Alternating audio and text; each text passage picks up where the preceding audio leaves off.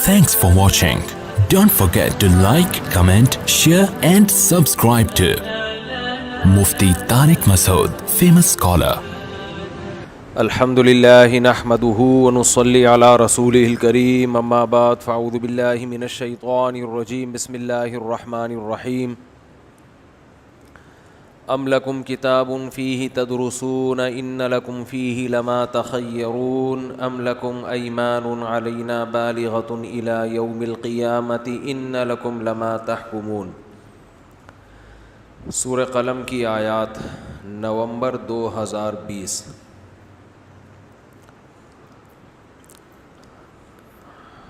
اللہ تعالیٰ نے ارشاد فرمایا، ام لکم کتاب فیہ تدرسون، کیا تمہارے پاس کوئی کتاب ہے جس میں تم نے یہ پڑھا ہے، ان لکم فیہ لما تخیرون،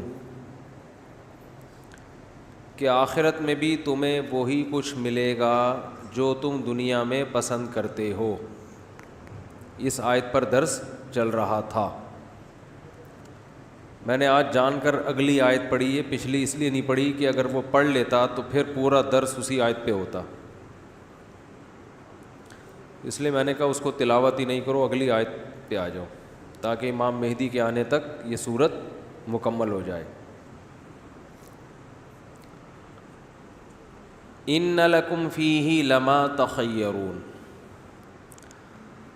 اس آیت سے پتہ چلتا ہے کہ بہت سے لوگ اس خوش فہمی میں مبتلا ہیں کہ جیسے ہم اس دنیا میں سکون سے ہیں، اطمینان سے ہیں، عیش و عشرت میں ہیں، آخرت میں بھی ہمیں یہ عیش و عشرت ملے گی، اگر آخرت ہوئی تو ہم وہاں بھی مزے میں ہوں گے۔ تو اللہ تعالیٰ نے ایسی خوش فہمی میں مبتلا لوگوں کو فرمایا کہ ام لکم کتاب فیہ تدرسون، کیا تم نے یہ کسی کتاب میں پڑھا ہے؟ کتاب کا حوالہ اس لیے دیا کہ بہت اہم ٹیکنیکل پوائنٹ ہے، اس کو سمجھیں کہ جب ہم کسی چیز کو کہتے ہیں نا یہ دلیل ہے، دیکھو دلیل کے بغیر کسی کی بات نہیں ماننی چاہیے نا، اصول ہے نا یہ، تو دلیل کے بغیر تو کچھ بھی نہیں ہوتا۔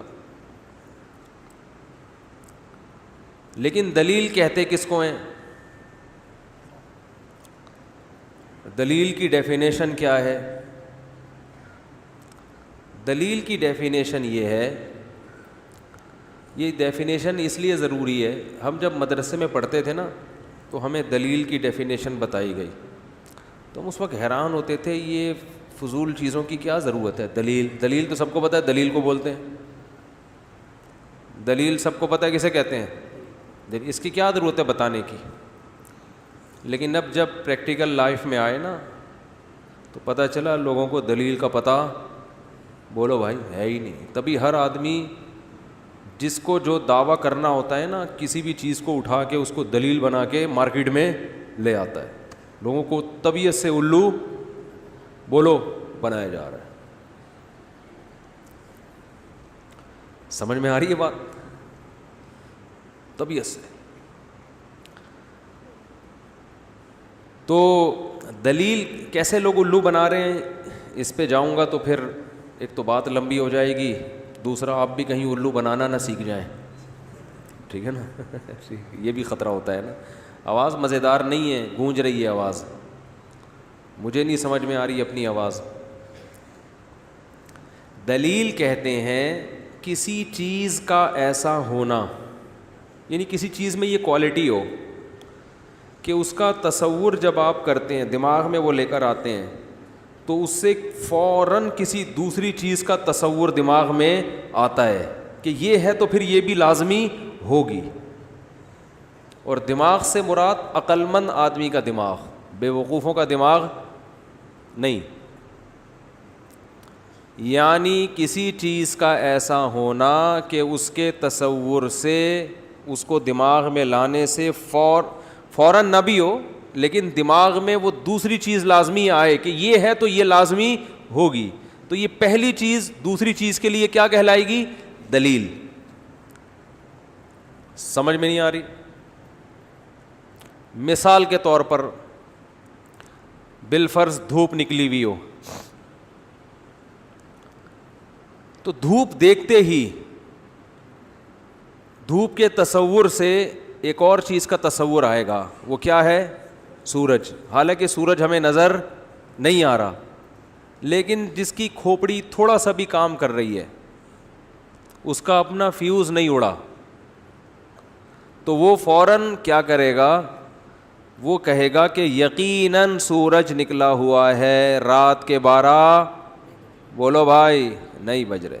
تو ہم کہیں گے یہ دھوپ یہ دلیل ہے سورج کے وجود کی. بات آ رہی ہے سمجھ میں کہ نہیں آ رہی ہے؟ اب کوئی کہے کہ سورج نظر نہیں آتا تو نہیں ہے, تو پاگل ہے بھائی. تب اس کے وجود پر دلائل ہیں. ایتھیس کو نہیں چھیڑوں گا میں, بہت عرصے سے چھیڑ رہا ہوں میں, تو یہ میرا ٹاپک پھر ایتھیس کی طرف چلا جاتا ہے, لیکن میں ویسے ہی ایک مثال کے طور پہ سمجھا رہا ہوں. وہ کہتے ہیں نا اللہ اپنے ہونے کے دلائل کیوں نہیں دیتا؟ تو پاگلو دلیل کی ڈیفینیشن تو پڑھ لو. دلیل کا مطلب یہ نہیں ہے کہ اللہ خود آ کے بتائے کہ میں اللہ ہوں, مجھے پر ایمان لے آؤ. دلیل تو کیسے ہی اس کو ہے کہ ایک ایسی چیز کہ جب وہ آپ دیکھ لیں تو آپ کو ذہن جائے کہ یقیناً ایک دوسری چیز اس کے ساتھ منسلک ہے, اس کے لوازمات میں سے ہے. تو جب کوئی شخص کسی چیز کے ہونے کا دعویٰ کرتا ہے تو اس کے ذمے یہ نہیں ہے کہ وہ اس چیز کو لا کے آپ کے سامنے رکھ دے, اس چیز کی کوئی بھی دلیل پیش کر دے, یعنی ایسی چیز پیش کر دے کہ اس کے تصور سے آپ کے دماغ میں وہ دوسری چیز آنا شروع ہو جائے, تو وہ اپنے دعوے میں کیا ہے؟ سچا ہے اور کامیاب ہے.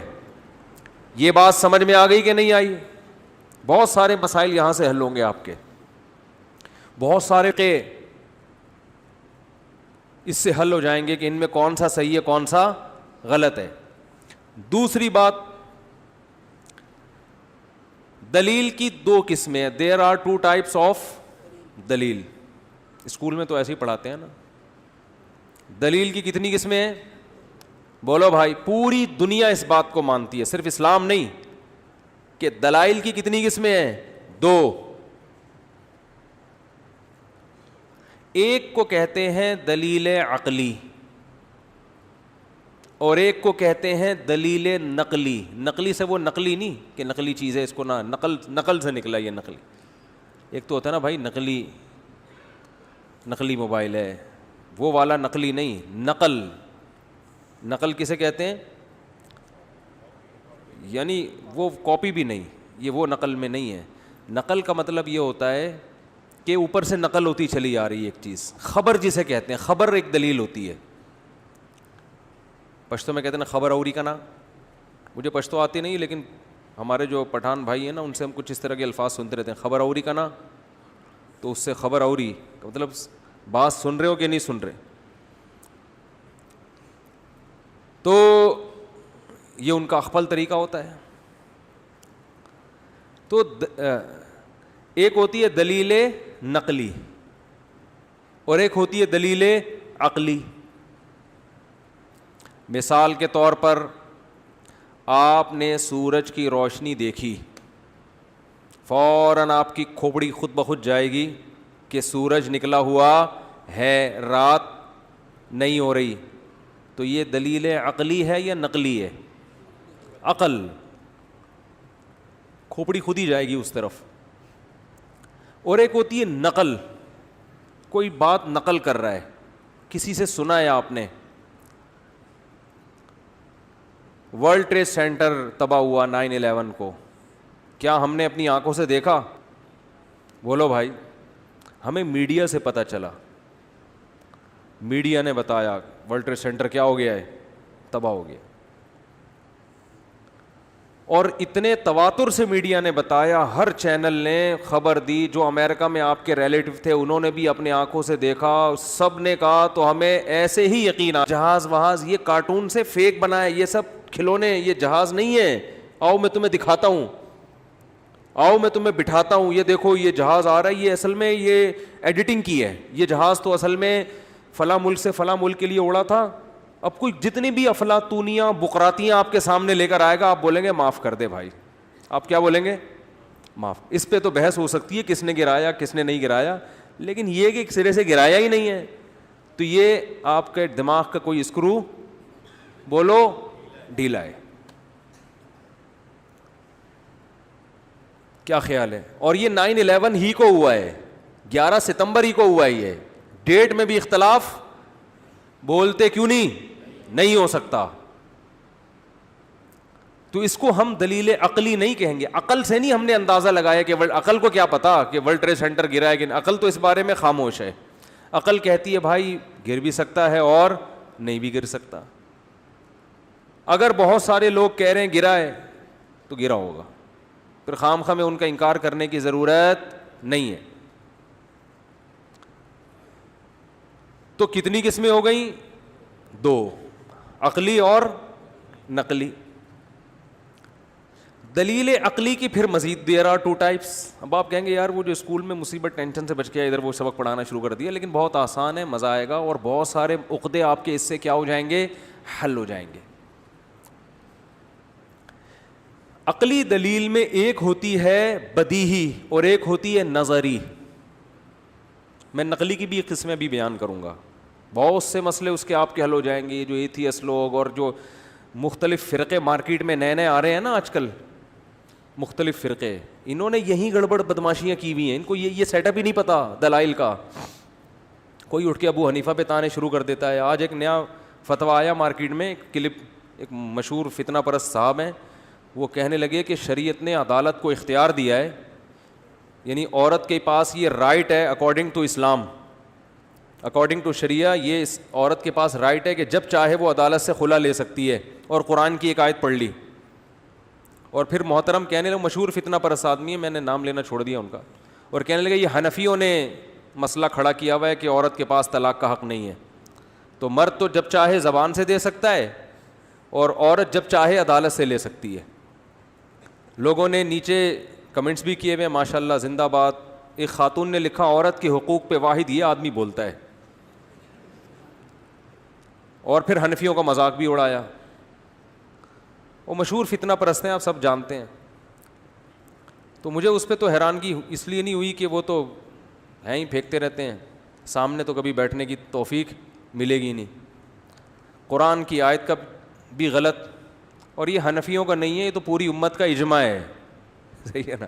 بلا وجہ حنفیوں کو رگڑتے رہنا اور لوگوں سے ووٹ بولو لیتے رہنا, کیونکہ بعض لوگوں کو فقہ حنفی سے ویسے ہی کوئی ذاتی بغض ہے, کیونکہ فقہ حنفی وہ نئی دکان کھولنا چاہ رہے ہیں نا. تو ظاہر ہے صدیوں سے جو اسلام آیا بر صغیر میں وہ تو فقہ حنفی آیا ہے نا. 1200 سال جو ہندوستان میں اسلام رہا ہے وہ تو فقہ حنفی کی شکل میں, اس میں بنگلہ دیش بھی, ہندوستان بھی, اور برما بھی, اور یہ تاجکستان, ازبکستان, ایران میں جو سنی ہے ان کی بات کر رہا ہوں. اور آج بھی 50% لوگ کس فقہ کو فالو کرتے ہیں؟ فقہ حنفی کو. پھینک دو, یہ بھی نہیں دیکھا جاتا یہ فقہ حنفی کا نہیں ہے, یہ امام شافعی کا بھی یہی ہے, امام مالک بھی یہی کہتے ہیں, امام احمد بن حنبل بھی, حتیٰ کہ اہل حدیث بھی یہ کہتے ہیں کہ عورت کے پاس خلا کا رائٹ جب تک شوہر اجازت نہیں دے, عورت کے پاس خلا کا رائٹ نہیں ہے. خلا نام ہے, خلا کے لغوی ڈکشنری میں جو لغت میں جو معنی وہ بھی نہیں پتہ ہے.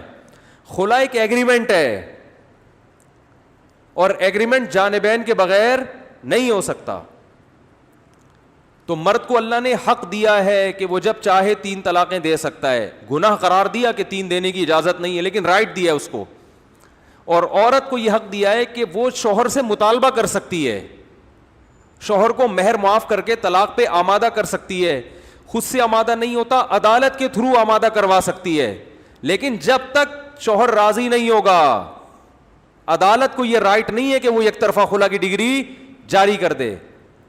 یہ پوری امت کا اجماعی مسئلہ ہے, قرآن میں صاف لکھا ہوا ہے. پھر بخاری کی حدیث اٹھا کے دیکھ لیتا, حوالوں پہ مر رہے ہیں لوگ کے حوالہ نمبر صحیح ہے, بخاری کی حدیث ہے, اس پہ باب ہے اول خلعین فی الاسلام او کما قال, اس طرح کا باب ہے کہ سب سے پہلا اسلام میں خلا.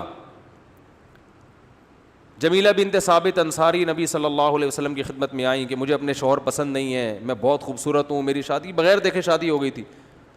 تو آپ صلی اللہ علیہ وسلم نے ان کے ہسبینڈ کو بلایا, ان کو اس پہ ایگری کیا کہ ان کو طلاق دے دو. اور پھر ہسبینڈ کو حکم دیا کہ ان کو طلاق دیں. انہوں نے اپنا پورا باغ واپس لیا اور اپنی زوجہ کو طلاق دی. اگر عورت کو رائٹ ہوتا تو نبی فرماتے بھائی بلانے کی ضرورت نہیں ہے, بس تم نے خلا کا کیس دائر کیا, آ جائیں ٹھیک ہے, نہیں آئیں تو بس میری طرف سے. تو جب نبی نے یہ نہیں سمجھا کہ مجھے رائٹ ہے, تو آج کی یہ ججوں کو کہاں سے اختیار ہو گیا بھائی؟ نہیں آ رہی میرا خیال. یہ جج کیا نبی سے بڑھ کر ہیں؟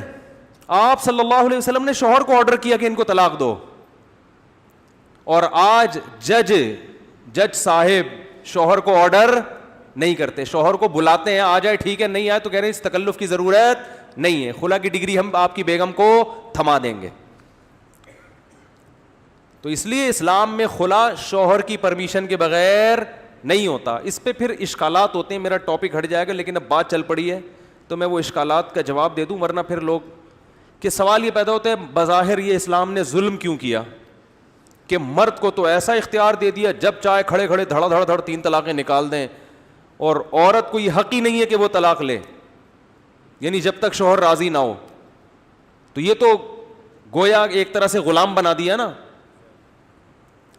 بعض صورتوں میں عورت کو حق ہے, بعض صورتوں میں جب بہت زیادہ مار پیٹ کرتا ہو شوہر, بے تحاشا مارتا پیٹتا ہو, یا نان نفقہ کی جو بنیادی نان نفقہ ہے وہ اٹھانے کے لیے بھی تیار, بولو بھائی, جو بیسک نان نفقہ ہے, یہ رخصتی کے لیے آمادہ ہی نہ ہو. بعض نکاح کر کے چھوڑ چھاڑ کے چلے جاتے ہیں, بیگم کہتی ہے مجھے گھر دو رکھو, کہہ رہے نہیں بس نہ میں تجھے چھوڑوں گا نہ میں تجھے اپنے پاس رکھوں گا. تو ایسی چند کنڈیشن ہیں جن میں فقہا کا اختلاف ہے, تو اس میں فتویٰ اسی پہ دیا جاتا ہے کہ اس کنڈیشن میں عدالت نے, اگر عدالت خلا پھر بھی نہیں دے گی, فسخ نکاح ہوگا, نکاح کو ایسی سخت مجبوری میں عدالت فسخ کر سکتی ہے, پھر اس کو بے شک خلا کا نام سے کر دے, کسی بھی نام سے کر دے, لیکن اس میں عورت کو ان الزامات کو گواہوں سے ثابت کرنا پڑے گا. وہ بھی یک طرفہ عدالت دعویٰ سن کے یہ کام, بولو بھائی, عدالتیں اس میں عورت سے گواہ نہیں طلب کرتی کہ ایسا ہو بھی رہا ہے کہ نہیں ہو رہا. میرے سامنے بہت کیسز آئے ہیں, عورت نے بہت سارے الزامات لگائے, میاں یہ کر رہا ہے, میاں یہ کر رہا ہے, عدالت سے خلا کی ڈگری آ گئی, سارے مفتیوں نے کہا کہ یہ خلا کالعدم ہے. تو اب کیا کریں بھائی, چلو جی مفتیان کرام سے رجوع کیا جائے. ہم نے دونوں فریقوں کو بٹھایا, جامعۃ الرشید کے علماء تھے, میں بھی تھا, تو پتہ چلا عورت کے سارے الزامات کیا تھے, جھوٹے. جب کراس کوشچن کرو نا تو پھر پتہ چلتا ہے کہ بھائی یہ کیا ہے. تو بہت, میں نہیں کہہ رہا کہ ہر جگہ جھوٹے ہوتے ہیں, بعض دفعہ سچے بھی ہوتے ہیں, لیکن ان سچے الزامات کو بھی گواہوں سے ثابت کرنا پڑے گا. اس پہ خواتین کہتی ہیں ہم گواہ کہاں سے لائیں؟ تو بھائی پھر تو کوئی بھی دعویٰ کر سکتا ہے نا. آپ نے میرے پیسے اللہ نہ کرے چوری کر لیے, میں عدالت میں گیا, اس نے چوری کی ہے, عدالت کیا گواہ لاؤ. میں کہوں کہ اب کیا ہر آدمی چوری کرتے ہوئے گواہ بناتا ہے کیا کسی کو؟ تو میرا یہ دعویٰ عدالت سنے گی؟ عدالت کہے گی ٹھیک ہے بعض دفعہ چوری ہوتی ہے, گواہ نہیں ہوتے, لیکن ہم تو ظاہر کے مکلف ہیں.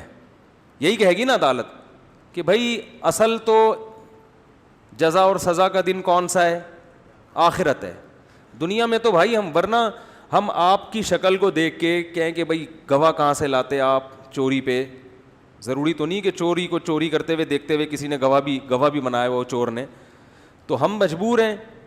لیکن اگر ہم یہ قانون بنا دیں کہ بغیر گواہوں کے بھی چوری کا دعویٰ قابل قبول ہوگا, تو پھر تو بے گناہ لوگوں پہ بھی چوری کے الزامات, بولو بھائی, لگیں گے. تو اسلام کا بھی اصول ہے, پوری دنیا کا اصول ہے کہ کوئی بھی دعویٰ کرتا ہے تو جب تک جس کے خلاف کیس ہے وہ الزام کو تسلیم نہ کر لے, یا دعویٰ کرنے والا جب تک گواہوں سے اپنے دعوے کو ثابت نہ کر لے, اس وقت تک دنیا میں کہیں بھی کیس کی سماعت نہیں ہوتی ہے. جبکہ عدالتوں میں جو خلا کی ڈگری دی جا رہی ہے, عورت صرف الزامات لگا دے, عدالت عورت سے دلائل طلب نہیں کرتی. فیملی جو خاندان ہے نا ہمارا, اس کی ایسی کی, اس سسٹم کی ایسی کی تیسی کر دی ہے. نہیں آ رہی بات. اب رہا یہ مسئلہ, میں پھر وہ آؤں گا دلائل اور عقلی نقلی, وہ آ رہا ہوں صرف, لیکن اب یہ چل پڑا ہے تو پھر یہ ادھورے کلپ بن جاتے ہیں, پھر وہ اور زیادہ نقصان ہوتا ہے. سوال یہ پیدا ہوتا ہے مرد کو طلاق کا اختیار کیوں دیا؟ مرد کو اختیار کیوں دیا ہے, عورت کو کیوں نہیں دیا؟ دیکھو ہر حکم کی نا ایک علت ہوتی ہے اور ایک حکمت ہوتی ہے. اب یہ کہ نئی بحث ہے, اس کو سمجھو. ہر حکم کی کیا ہوتی ہے؟ ایک علت اور ایک کیا ہوتی ہے؟ حکمت. ان دونوں میں فرق سمجھنا ضروری ہے. آج کا سبق تھوڑا سا ٹیکنیکل قسم کا ہو رہا ہے لیکچر, لیکن یہ باتیں آپ کے بہت کام آئیں گی انشاءاللہ. دیکھو نماز کیوں فرض ہے ہمارے اوپر؟ کیا اس لیے کہ نماز بے حیائی سے روکتی ہے اس لیے اللہ نے فرض کی نا؟ کیا ہو گیا؟ اس لیے فرض ہے نا بھئی. اللہ نے خود فرمایا کہ ان الصلاۃ تنہی عن الفحشاء والمنکر, نماز بے حیائی سے ہمیں روکتی ہے. رمضان کے روزے ہم پہ کیوں فرض ہوئے؟ اللہ نے فرمایا تم پر روزے فرض ہیں لعلکم تتقون, تاکہ تمہارے اندر تقوی پیدا ہو جائے, قوت برداشت پیدا ہو جائے, اپنے نفس پہ کنٹرولنگ طاقت کنٹرول کرنے کی پیدا ہو جائے. یہ نہیں کہ جدھر دیکھا کھا رہا ہے بندہ گھس گئے وہاں پہ, صحیح ہے نا. جو آدمی منہ پہ کنٹرول نہیں کر سکتا وہ اپنی کسی خواہش پہ کنٹرول نہیں کر سکتا, بالآخر وہ دھماکے کے ساتھ پھٹ پھٹا کے ہلاک ہو جاتا ہے. کنٹرول ہی تو نہیں ہے نا. تو اللہ نے کہا کھانا پینا چھوڑو, تو اس وجہ سے فرض ہے نا. لیکن سوال پیدا ہوتا ہے, اگر کوئی آدمی نماز پڑھ رہا ہے اور بے حیائی نہیں چھوٹ رہی. دیکھو ایک پیناڈول کی گولی ہے, یہ ہم کیوں کھاتے ہیں؟ تاکہ بخار اتر جائے. ہم کھا رہے ہیں بخار نہیں اتر رہا, ڈاکٹر کہے گا پیناڈول چھوڑ دے, انجیکشن لگوا لے, یہی کہے گا نا. کیا خیال ہے بھائی جان؟ تو اب مجھے ایک بات بتاؤ, ہم رمضان کے روزے رکھ رہے ہوں, کنٹرولنگ پاور پھر بھی پیدا نہیں, افطار ہوتے ہی بے حیائی کے کاموں میں, جیسے عید کا چاند نظر آتے ہی سین مگر آباد, وہیں سے اعتکاف میں سیٹنگ شروع ہو جاتی ہے. تو کنٹرول تو بالکل بھی نہیں ہے. آج کل کوئی روزہ رکھ کے کوئی ایک گناہ چھوڑ دے, کسی کو دیکھا آپ نے؟ اعتکاف کے آخری دنوں میں ہی جو نمبر بلاک کیے ہوئے تھے, بلکہ بلاک ہی نہیں ہو رہے اب تو, بالکل ویسے کہ یعنی 20 سال پہلے جیسے تھے نا, 20 رمضان زندگی میں آئے وہینچ کے وہینچ. کیا خیال ہے بھائی؟ کوئی ایک تبدیلی کوئی کسی میں آئی ہو؟ دھیلے کا بھی بظاہر فائدہ نہیں ہو رہا. حتیٰ کہ رمضان میں جو سگریٹ پینے والے ہیں وہ سگریٹ نہیں چھوٹتی, افطار ہی سگریٹ سے کرتے ہیں وہ. چلو یار اب تمہیں اللہ نے اتنا بہترین موقع دیا ہے سگریٹ چھوڑنے کا, گٹکے چھوڑنے کا, نا نا نا, سحری میں بھی گٹکا کھائے گا اور افطار گٹکے سے افطار کر رہا ہے. تو کچھ بھی اب ممکن بہت سے لوگوں کو ہوتا بھی ہے فائدہ, لیکن بہت سو کو کخ بھی نہیں ہوتا. تبھی تو حدیث میں آتا ہے رب صائم لیس لہ من الصیام الا الجوع, بہت سے روزے داروں کو بھوک کے علاوہ کچھ بھی حاصل نہیں ہوتا, بھوکے رہتے ہیں اور کچھ بھی نہیں ملتا. لیکن اب اس بیس پہ اگر کوئی یہ کہے کہ پیناڈول سے بخار کا علاج نہیں ہو رہا تھا اس لیے دوا بدل دی ہے, لہذا روزوں سے آپ میں تقویٰ پیدا نہیں ہو رہا, لہذا رمضان کے روزے چھوڑ دو, تو یہ فتویٰ صحیح ہوگا؟ ہو سکتا ہے کچھ پروفیسر ٹائپ کے لوگ مستقبل میں پیدا ہو جائیں جو یہ فتویٰ دیں کہ رمضان کی جو ریزن اللہ نے بیان کی ہے وہ تو تقویٰ ہے, جب نہیں پیدا ہو رہا تو چھوڑو, روزہ نہیں رکھو, پھر کچھ اور کام کرو, کوئی اور عبادت کرو. ایسے فنٹر مستقبل میں پیدا ہونے والے ہیں. قرآن حدیث کے نام پہ سب کچھ ہو جائے گا. نماز پڑھ کے بھی کم وقت سے بے حیائی نہیں چھوٹ رہی, تو قرآن کہہ رہے ہیں نماز اس لیے کہ بے حیائی چھوڑتی ہے, چھڑواتی ہے, لیکن آپ سے نہیں چھوٹ رہی, تو کیا نماز بھی چھوڑ دیں؟ بولو نا بھائی. نا نا نا نا, وہ تو ڈبل گناہ ہو جائے گا. روزہ رکھ کے تقویٰ پیدا ہو یا نہ ہو, رمضان میں روزہ معذرت کے ساتھ آپ کے باپ کو بھی, یعنی معذرت کے ساتھ آپ کے والد محترم کو بھی رکھنا ہے. نماز سے حیا پیدا ہو نہ ہو, تواضع پیدا ہو نہ ہو, نماز بہرحال پڑھنی ہے. کیوں؟ سوال پیدا ہوتا ہے کیوں؟ اس لیے کہ رمضان سے جو تقویٰ پیدا ہوتا ہے تو تقویٰ رمضان کے روزوں کی حکمت ہے, علت نہیں. علت کہتے ہیں اصل ریزن جس کی وجہ سے روزہ فرض ہے. وہ روزہ فرض جو ہے نا وہ اس وجہ سے ہے کہ قرآن کی یہ آیت ہے کتب علیکم الصیام, تم پر روزے فرض کیے گئے. یہ آیت رمضان کے روزوں کو فرض کر رہی ہے, اور بے حیائی کا چھوٹنا اس فرضیت کی حکمتوں میں سے ایک حکمت ہے کہ اس کی بہت ساری حکمتیں ہیں. یہ حاصل ہوں گی, ان میں یہ بھی ہے, تقویٰ بھی پیدا ہوگا, قوت برداشت بھی پیدا ہوگی, صحت بھی اچھی ہوگی. بھوکوں کے ساتھ تمہیں پتہ چلے گا بھوک کتنی بڑی ٹینشن ہے, بھوکوں کو کھانا کھلانے کی ترغیب بھی پیدا ہوگی, اور عبادت کے بہت سارے فائدے ہوتے ہیں. یہ تمام کے تمام فائدے عبادت کی حکمتیں ہیں. ان کی وجہ سے یقیناً عبادت ہے, لیکن اصل وجہ یہ نہیں ہے. اصل وجہ وہ علت ہے. وہ علت کیا ہے؟ تم پر رمضان کے روزے فرض ہیں. بات آ رہی ہے سمجھ میں؟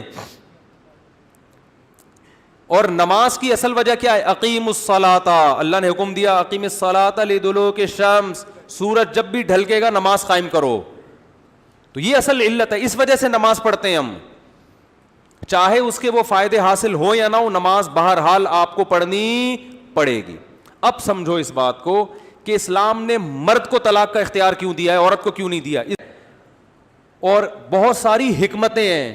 حکم کا مدار اس علت پر ہوگا, حکمتوں پر نہیں ہوگا. اسلام کا کوئی حکم حکمت سے خالی نہیں ہے.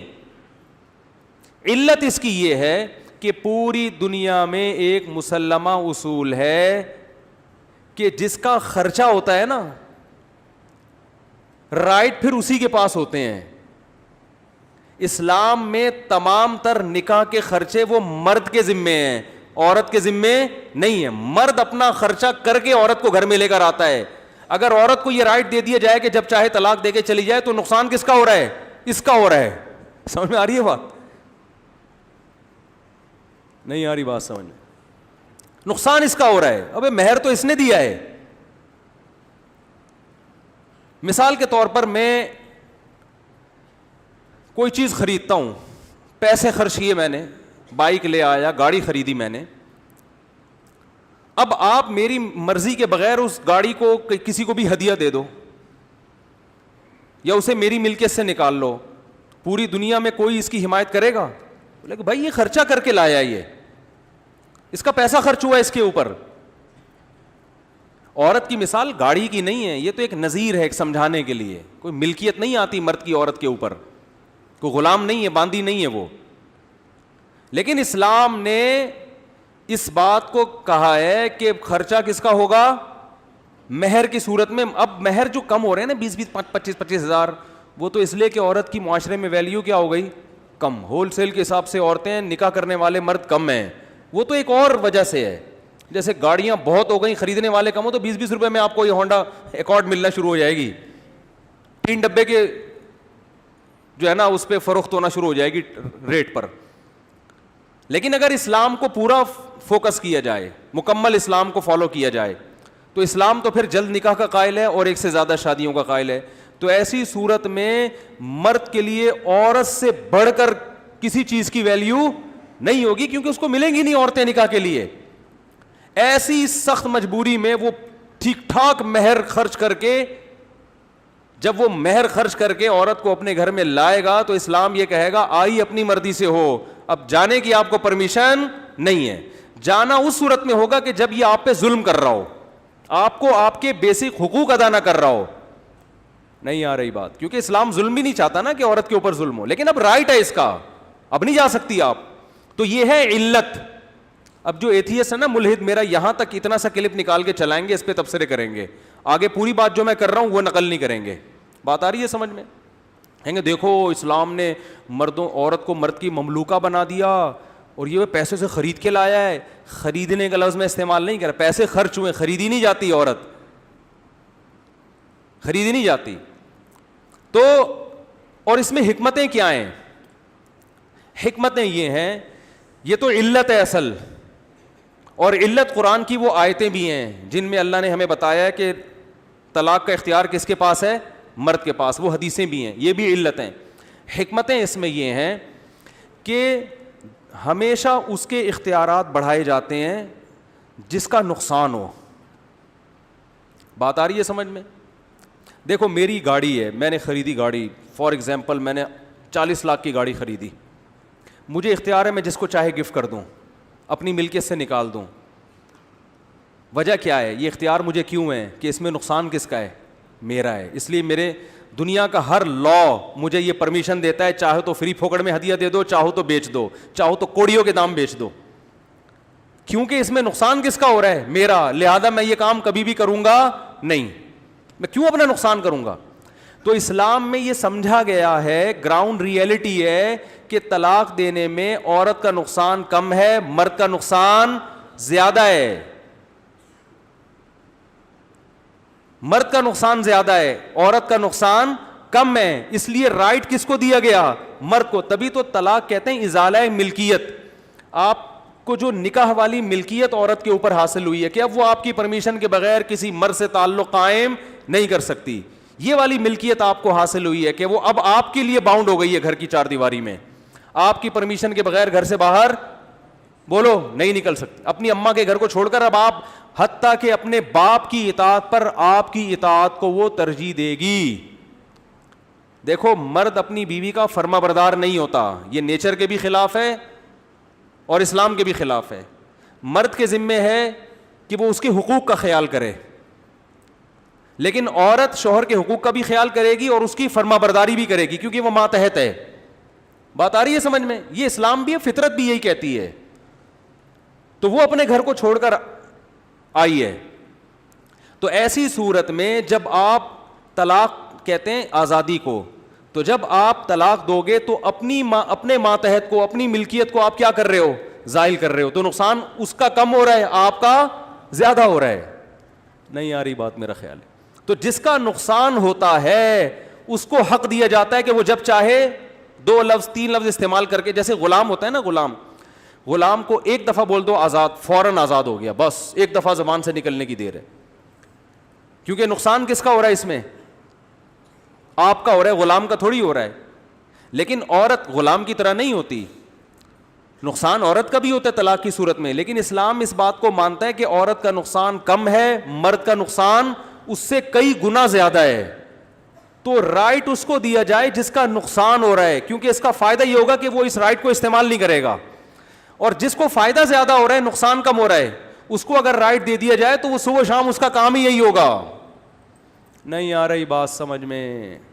وہ دھڑا دھڑ عدالتوں سے کھلا لے کے مرد بدلتی رہے گی. ہمارے ہاں نہیں بدلتی کیونکہ ابھی کلچر اتنا خراب ہوا نہیں ہے. اب عدالتیں کوشش کر رہی ہیں کہ اس سسٹم کو تباہ کریں, اگلی نسلوں میں یہ کام شروع ہو جائے گا. اب آپ کو ایک سوال پیدا ہوگا کہ یہ مفتی صاحب نے کیسے کر دیا, طلاق دینے کے بعد مرد کا نقصان کم زیادہ ہے, عورت کا نقصان بہت کم ہے. یہ تو بات گراؤنڈ ریئلٹی کے بالکل خلاف ہو گئی. ابے کیا ہو گیا, میں کیا ٹی وی میں آ رہا ہوں؟ آپ کہو گے مرد تو طلاق دے کے دندناتا گھوم رہا ہوتا ہے, عورت کا تو بیڑا غرق. تو وہ عورت کا بیڑا غرق اس لیے نہیں ہوتا کہ مرد نے طلاق دی ہے, وہ عورت کا بیڑا غرق اس لیے ہوتا ہے کہ اسلام کے مطابق جس طرح نکاح کا رواج ہونا چاہیے اس طرح نکاح کا رواج ہے نہیں.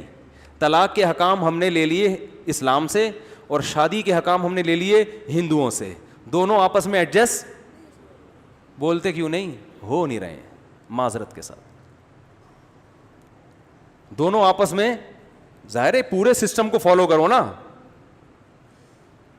اب اسلام میں خواتین بیٹھی ہوئی ہیں, بہت معذرت پہلے ہی غائب ہو گئی ہیں خواتین نے, 2-3 شادیوں کے بیان کیے, جیسے نے اوپر آنے ہی بیان سننا چھوڑ دیا ہے. تو میں تو اب شادیوں پہ بیان نہیں کر رہا, میں تو اب اس کسی اور موضوع پر بیان کر رہا ہوں, لیکن اس ضمن میں یہ سمجھانا تو پڑے گا نا. اب دیکھو صحابہ کرام کے دور میں معاملہ بالکل برعکس چل رہا تھا. معاملہ کیا چل رہا تھا؟ بالکل برعکس. وہ یہ ہو رہا تھا کہ طلاق کی صورت میں عورت کے نقصان کے بجائے مرد کو نقصان زیادہ ہو رہا تھا. وہی سپلائی اور ڈیمانڈ کا اصول, کیونکہ جب ایک مرد زیادہ بیویاں رکھے گا تو اس کا فائدہ عورت کو یہ ہوگا کہ عورتیں ہمیشہ اپنے سے بہت اوپر طبقے کے مرد سے نکاح کریں گی. بھئی ایک آدمی کروڑ پتی ہے, 1 کروڑ روپے اس کی آمدن ہے, ٹھیک ہے نا, اس کو دوسری شادی کرنی ہے. ایک ہے فار ایگزامپل وسیم بھائی ہیں, وہ ماہانہ 10,000 روپے کماتے ہیں. وہ 10,000 میں اپنی کسی کزن کو نکاح کا پیغام بھیجتے ہیں. اس کزن کے ابا کی آمدن بھی 10,000 ہے, جس میں وہ 6 بیٹیاں پال رہے ہیں. سمجھو بات کو اچھی طرح, کھوپڑی کو حاضر رکھنا ہے. وسیم بھائی کوئی بیٹھے ہوئے ہوں تو پیش کی معذرت, 10,000 روپے وسیم بھائی کی تنخواہ ہے. وسیم بھائی کنوارے چھڑے چھاٹ پہلی شادی کر رہے ہیں.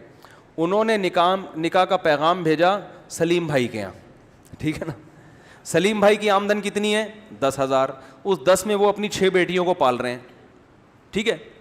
اب ان کی ایک بیٹی کو پتا ہے کہ میں نے وسیم سے شادی کی تو 10 میں سے 5 مجھے ملیں گے, 5 گیس بجلی کا کرایہ جائے گا, اور بچے ہو گئے تو وہ وہ بھی بیچارے پتہ نہیں اسکول پڑھ پائیں نہیں پڑھ پائیں, توکل پہ چلتے رہیں گے, حساب کے وہی ڈبو کے کھانے کھاتے رہیں گے چائے میں, پاپے ڈبو کے, جیسے ابا کے گھر کھا رہے ہیں. اور ادھر جو ستار بھائی تھے ان کی آمدن 1 کروڑ, ایسے لوگ ہیں نا ہول سیل کے حساب سے جن کی آمدن کتنی ہے, بولو 1 کروڑ روپے. وہ جب وہ دوسری کر رہے ہیں, ان کو ہری ہری سوج رہی ہے کہ اتنے سارے پیسے ہیں, وہ جب دوسری کے لیے اس غریب لڑکی کو نکاح کا پیغام بھیجیں گے تو 90% اس بات کا امکان ہے کہ وہ غریب لڑکی ان کی دوسری بننے پر آمادہ ہو جائے, اور وہ سلیم بھائی بہت معذرت کے ساتھ ٹھیک ہے نا, کوئی بیٹھے ہوئے ہیں تو آپ کی وہ پہلی بننے کے لیے بھی تیار نہیں ہوگی, کیونکہ سلیم وہ جو ستار بھائی ہیں اس کو پورا ایک بنگلہ لے کے خرید کے دے دیں گے. وہ کہے گی مجھے ایک گھر, آئیے بھائی گھر ملیر کینٹ میں, یہ ڈیفینس میں آپ کا بنگلہ, یہ لیجیے.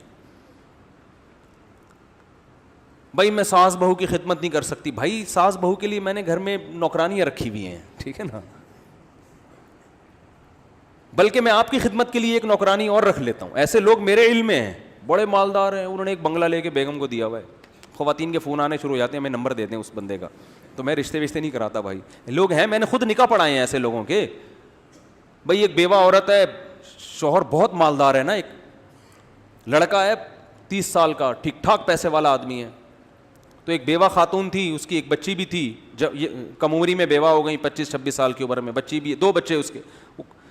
تو وہ کروڑ پتی صاحب میرے پاس آئے, میں نے کہا اس بیوہ سے کر لو شادی, دوسری کر لو, اللہ نے اتنا دیا. انہوں نے ایک فلیٹ لے کے دیا, اس کو ایک کار خرید کے دے دی, لاکھ روپے اس کی جیب خرچی باندھ دی. اس کے تو وارے نیارے ہو گئے کہ نہیں ہو گئے, وہ عیش کر رہی ہے, بچے کو اسکول میں داخل کرا دیا.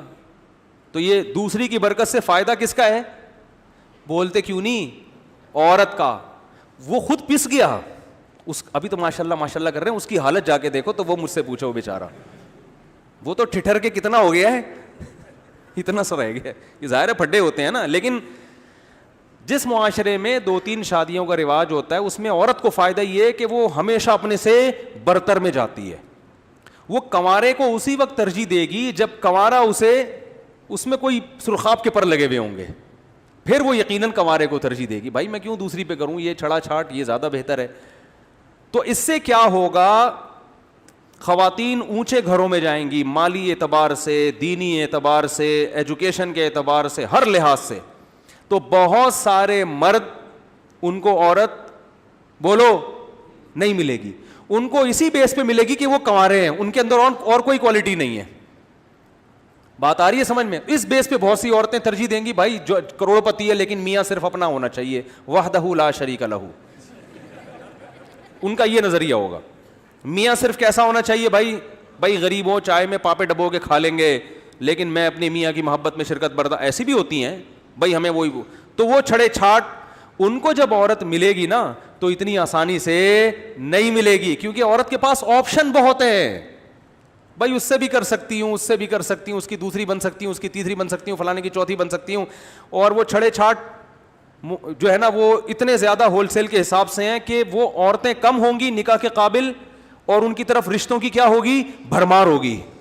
اب عورت کی ویلیو بڑھے گی. اب آپ اس سیاق و سباق میں دیکھیں, جب مرد کی شادی ہوگی تو وہ طلاق دینے کا کبھی سوچے گا بھی نہیں, اور طلاق میں نقصان کس کا ہوگا, اس کا ہوگا. اور ادھر عورت کی عدت پوری ہوگی طلاق کے بعد, ادھر اس کے سینکڑوں رشتے آنا شروع ہو جائیں گے. اس کا کام رشتے تلاش کرنا نہیں ہے, بہترین سے بہترین رشتوں میں سے کسی ایک کی سلیکشن ہے. بہت مشکل ہے. تبھی شریعت نے کہا 3 طلاقوں کے بعد مرد دوبارہ نکاح نہیں کر سکتا. اس کا مقصد تھا مرد کو سزا دینا, حالانکہ اب اس میں سزا کس کو مل رہی ہے, عورت کو مل رہی ہے. تو اس لیے مرد کو سزا مل رہی ہے, بھائی اب تم تو کر ہی نہیں سکتے, کوئی اور کر سکتے, اس لیے کہ اللہ کو پتہ ہے اس کے لیے سینکڑوں رشتے ہیں, بہت آ جائیں گے اس کے لیے. بچوں کا کیا ہوگا, بچوں کا وہی ہوگا جو اسلام نے اصول اور ضابطہ بیان کر دیا. اتنی عمر تک ماں کے پاس باپ سے ملتے رہیں گے, اور اس عمر کے بعد باپ کے پاس ہوں گے, ماں سے ملتے رہیں گے, دونوں مل کے پالیں گے. یہ تو ہم لوگ بڑھ کے بچوں کا بیڑا غرق کر دیتے ہیں نا, ورنہ کوئی اتنا بڑا ٹینشن والا کام یہ ہے نہیں ہے. بہت سی فیملیاں علیحدگی کے بعد بھی بچوں کو مل جل کے پال رہے ہیں. اب اس بیس پہ کہیں علیحدگی آنا شروع کر دیں, ایک مثال دے رہا ہوں میں, اچھا کام نہیں ہے طلاق, لیکن ایک آخری. اب ہم آتے ہیں قرآن سنت کی طرف. یہ جو باتیں میں کر رہا ہوں یہ ایسا ہی ہے, اسلام میں ایسا ہی ہوتا تھا. قرآن مجید میں سورہ بقرہ میں اللہ کا ارشاد ہے کہ جب کوئی عورت بیوہ ہو جائے, لا تعزموا عقدۃ النکاح, اس کی طرف نکاح کا پیغام بولو مت بھیجو. قرآن صحابہ کو روک رہا ہے, لیکن قرآن کہہ رہا ہے علم اللہ انکم ستذکرونہن, اللہ کو پتہ ہے تمہارے لیے نکاح کے پیغام بھیجنے سے رکنا بہت مشکل کام ہے, تم سے صبر نہیں ہوگا. اس لیے لا جناح علیکم فیما عرضتم بہ من خطبۃ النساء, تمہاری اس طلب کو دیکھتے ہوئے صحابہ سے اللہ خطاب کر رہا ہے, ہم تمہیں پرمیشن دیتے ہیں کہ عدت کے دوران گول مول طریقے سے اشارتاً کنایتاً نکاح کا پیغام بھیج سکتے ہو, واضح لفظوں میں نہ کہو. نہیں آئی سمجھ میں؟ اس آیت سے ہمیں کیا پتہ چلا؟ سورہ بقرہ کی آیت نمبر 1, صحابہ کے دور میں کوئی عورت بیوہ ہوتی تھی تو اللہ صحابہ کو روک رہے ہیں کہ پیغام مت بھیجو. روکا اسی کو جاتا ہے جس سے توقع ہوتی ہے نا. اور پھر اللہ کہہ رہے ہیں اللہ کو پتہ ہے تم پر یہ حکم بہت شاق گزرے گا, بہت مشکل ہے اس پر تمہارے لیے عمل. کیوں مشکل ہے؟ کیونکہ آپ کو پتہ ہے میں نے پیغام نہیں بھیجا نا, عدت پوری ہوتے ہی کوئی دوسرا سبقت کر لے گا. اور ایک آپشن میرے پاس آیا تھا, چلو کنوارینی بیوہ مل رہی تھی, وہ بھی فوراً ہاتھ سے جائے گی. اس لیے اللہ نے کہا کہ رشتہ روکنے کے لیے, بکنگ کے لیے, ٹھیک ہے نا, تمہیں اجازت ہے کہ گول مول اشارتاً کنایتاً پیغام بھیج سکتے ہو. گول مول کا مطلب مفسرین کہتے ہیں کہ بھائی بیوہ کو یہ پیغام بھجوا دو کہ بھائی جب عدت پوری ہو جائے تو جلد بازی نہیں کیجیے گا, ایک دفعہ ہم سے کانٹیکٹ کر لیے گا, ایک مناسب, ہم بھی رشتوں کا, ہمارا بھی ایک دفتر ہے رشتوں کا. یہ نہیں کہو کہ میں آپ سے یہ منع کیا قرآن نے کہ میں آپ سے شادی کرنا چاہتا ہوں, یہ منع کیا. تو کون سا اس معاشرے میں ایسا کام ہو رہا تھا بھائی کہ عورت بیوہ ہوئی ہے اور ادھر دھڑا دھڑ رشتے کہ قرآن پابندی لگا رہا ہے لیکن کہہ رہے پابندی پر عمل نہیں کر سکتے, تم تھوڑی چھوٹ دے رہا ہوں میں. اور پھر ہم عملی طور پر دیکھتے ہیں کہ صحابہ کرام کے دور میں کوئی عورت بیوہ ہوئی, طلاق ہوئی, ایک واقعہ بھی ایسا نہیں ملتا کہ کوئی خاتون نبی کے پاس آئی ہوں یا والدین آئے ہوں کہ میری بچی بیوہ ہو گئی ہے, یا رسول اللہ کوئی اچھے رشتے کے لیے دعا فرما دیں, کوئی وظیفہ بتا دیں, اللہ نے آپ کی دعاؤں میں, آپ تو پیغمبر ہیں, آپ تو آخری نبی ہیں. ایک ضعیف روایت بھی ہمیں اس بارے میں بولو بھائی نہیں ملتی. اس کے برخلاف بہت ملتا ہے. ادھر طلاق ہوئی دھڑا دھڑ رشتے, ادھر بیوہ ہوئی دھڑا دھڑ رشتے, کیونکہ سپلائی کے مقابلے میں ڈیمانڈ بہت زیادہ ہے. ایسا بھی ہوا ہے کہ میدان جنگ میں 10,000 صحابہ تابعین شہید ہوئے ہیں, لیکن بیوہ عورتوں کا مسئلہ ایک دفعہ بھی کبھی کھڑا نہیں ہوا. حضرت فاطمہ بنت قیس تھیں یا فاطمہ بنت ثابت تھی, مجھے پورا نام اس وقت یاد نہیں ہے, ان کو طلاق ہوئی نا, وہ نبی صلی اللہ علیہ عدت جیسے ہی پوری ہوئی ہے نا نبی کے پاس آئیں. حدیث میں آتا ہے خطبہا اشراف قوم, خطبہا خطاب, بہت سے لوگوں نے نکاح کا پیغام بھیجا ان کی طرف. تو وہ کہتی ہیں, اپنا واقعہ بیان کرتی ہیں کہ مجھے نبی نے فرمایا تھا کہ جیسے ہی عدت پوری ہو مجھ سے ضرور رابطہ کرنا. یہ وہ اشارتاً کنایتاً نکاح کا پیغام ہے, اپنے منہ بولے بیٹے کے لیے. سمجھ میں آ رہی ہے بات؟ زید ابن حارثہ کے لیے. تو فرماتی ہے میں نبی کے پاس آئی عدت ختم ہوتے ہی, میں نے عرض کیا یا رسول اللہ آپ نے فرمایا تھا رابطہ کرنا, تو میرے پاس تو ابو الجہم ان کا پیغام آیا, حضرت معاویہ نے نکاح کا پیغام بھیجا, اور بھی عرب کے بڑے بڑے سرداروں نے. تو آپ نے فرمایا کہ حضرت فاطمہ فرماتی ہیں مجھے پتا تھا کہ زید ابن حارثہ جو ہیں وہ رسول اللہ صلی اللہ علیہ وسلم کے حب ہیں. حب کا مطلب چہیتے, منہ بولے بیٹے بڑے چہیتے ہیں. تو اس لیے میں نے ان کے نکاح کے پیغام کو کیا کر لیا, قبول کر لیا. آج کیا ہوتا ہے, بیوہ فوراً اخباروں میں اشتہارات, کنواریوں کی نہیں ہو رہی, بیوہ طلاق یافتہ تو دور کی بات ہے, ایک آدھ بچہ ہو گیا تو پھر تو بس اب تو سوال ہی پیدا نہیں ہوتا, اب تو سوال ہی پیدا نہیں ہوتا. غریب لڑکیاں گھروں میں بیٹھی ہوئی ہیں, جہیز نہیں ہے, جہیز نہیں ہے, جہیز ہوگا تو بھی نہیں ہو رہی. ادھر بیوہ طلاق یافتہ کا یہ ہو رہا ہے.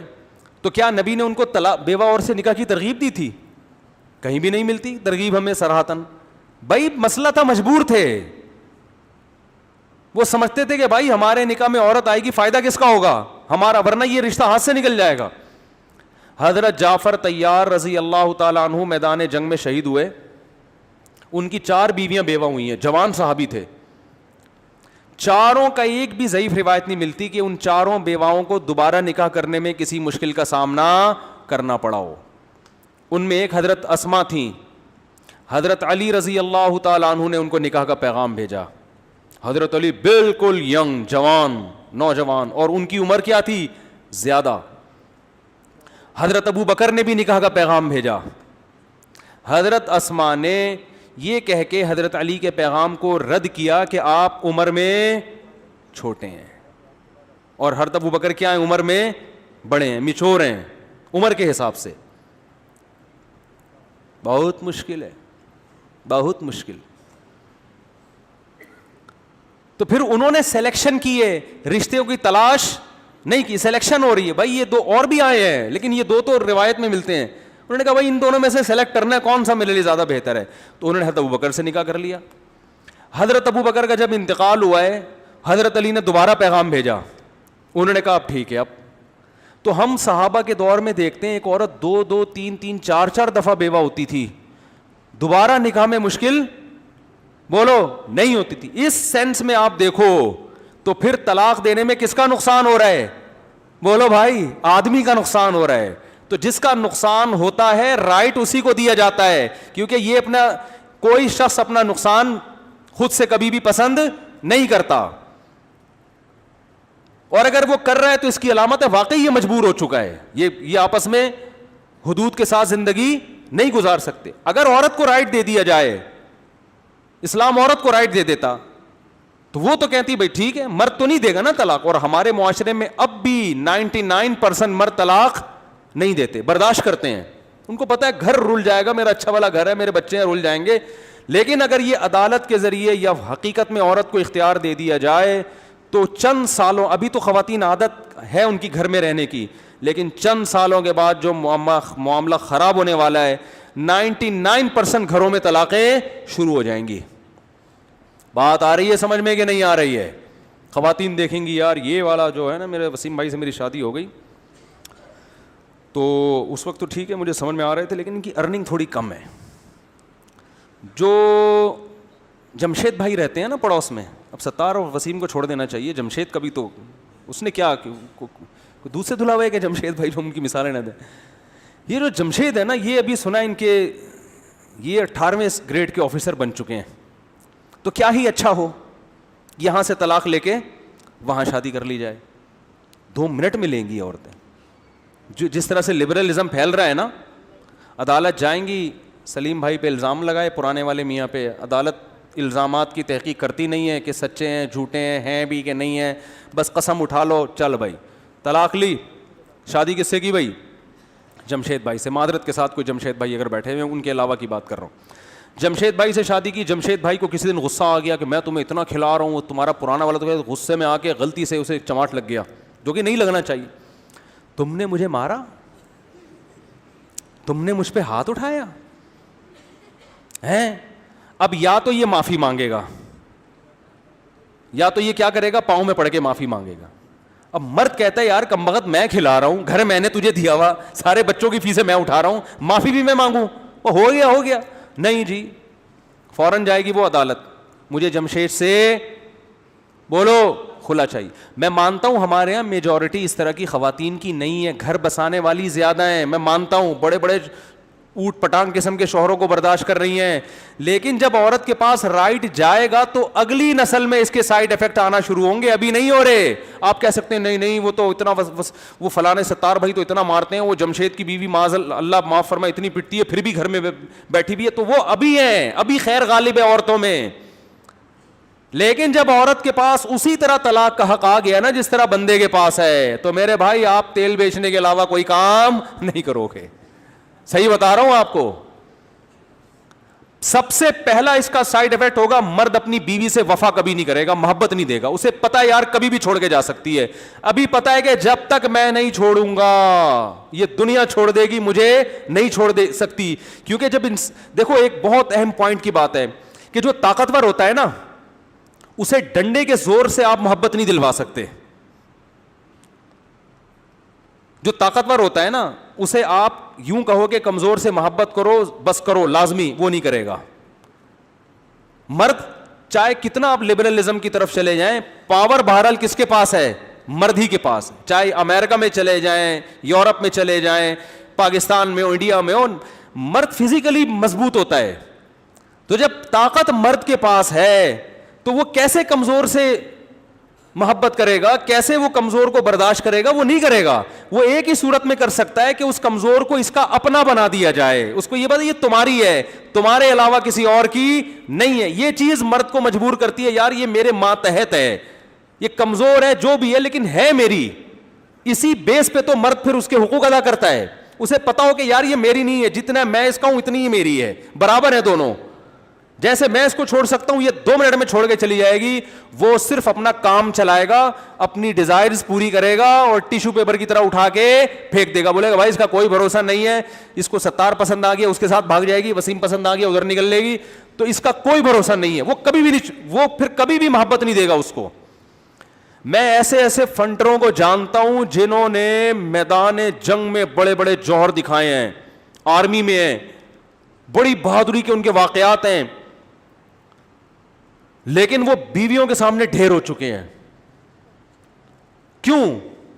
کہہ رہے یار ایسا ستاتی ہے مگر چھوڑ نہیں سکتے، ہم چھوڑ نہیں سکتے. کیوں نہیں چھوڑ سکتے؟ ابے بھائی بچے کہاں جائیں گے، ہیں گھر برباد ہو جائے گا، مجبوری ہے. یہ اللہ نے اس کو پتا ہے کہ یہ کس کے، اگر اس کو یہ پتا چل جائے جو بہادری کے جوہر دکھا رہا ہے، اتنے بندے اس نے بھڑکا دیے ہیں بھائی میدان جنگ میں، لیکن اس کو یہ پتا چل جائے کہ یہ میں تو نہیں چھوڑ رہا اس کو، میں تو برداشت کر رہا ہوں گھر بچانے کی خاطر، لیکن اس کا میٹر گھوما تو یہ عدالت سے کھلا لے لے گی، تو وہ کبھی بھی اس کے لیے قربانی بولو بھائی نہیں دے گا. اسی وجہ سے پوری دنیا میں جتنی قومیں بستی ہیں ان میں سب سے زیادہ مضبوط فیملی سسٹم مسلمانوں کا ہے آج بھی. طلاقوں کے ریشو بہت کم ہیں. تو یہ ایک علت ہے کہ مرد کو طلاق کا اختیار کیوں دیا گیا ہے، اس لیے کہ طلاق دینے میں مرد کا نقصان زیادہ سمجھا جاتا ہے شریعت میں، عورت کا نقصان کم. اب اور اگر عورت کا نقصان ہو رہا ہے تو اس کی کچھ اور وجوہات ہیں، اس وہ اسلام کا قصور نہیں ہے. اور دوسری بات یہ مرد کو یہ باور کرانے کے لیے تمہاری ہے، تمہاری مرضی کے بغیر بولو نہیں جائے گی. تو یہی چیز مرد کو مجبور کرتی ہے، بھائی یہ کہاں جا رہی ہے تو میری ہے نا، تو برداشت کرتا ہے. تیسری بات یہ کہ مرد میں قوت برداشت عورت سے زیادہ ہے. بس یہ کر کے میں اپنی وہ عقلی نقلی کو کمپلیٹ کروں گا، عقلی دلیل نقلی دلیل، بس وہ سبق سنا کے آج کا بیان ختم. تیسری بات کیا کہ مرد کو طلاق کا حق کیوں دیا ہے، اس میں برداشت کی قوت عورت سے زیادہ ہے. اگر عورت کو طلاق کا حق دے دیا جائے نا تو خواتین جذباتی ہو جاتی ہیں جلدی. کتنی خواتین ہیں عدالت سے خلا لیا اور اب پچھتا رہی ہیں، کاش خلا نہ لیتے، تباہ ہو گئے، برباد ہو گئے.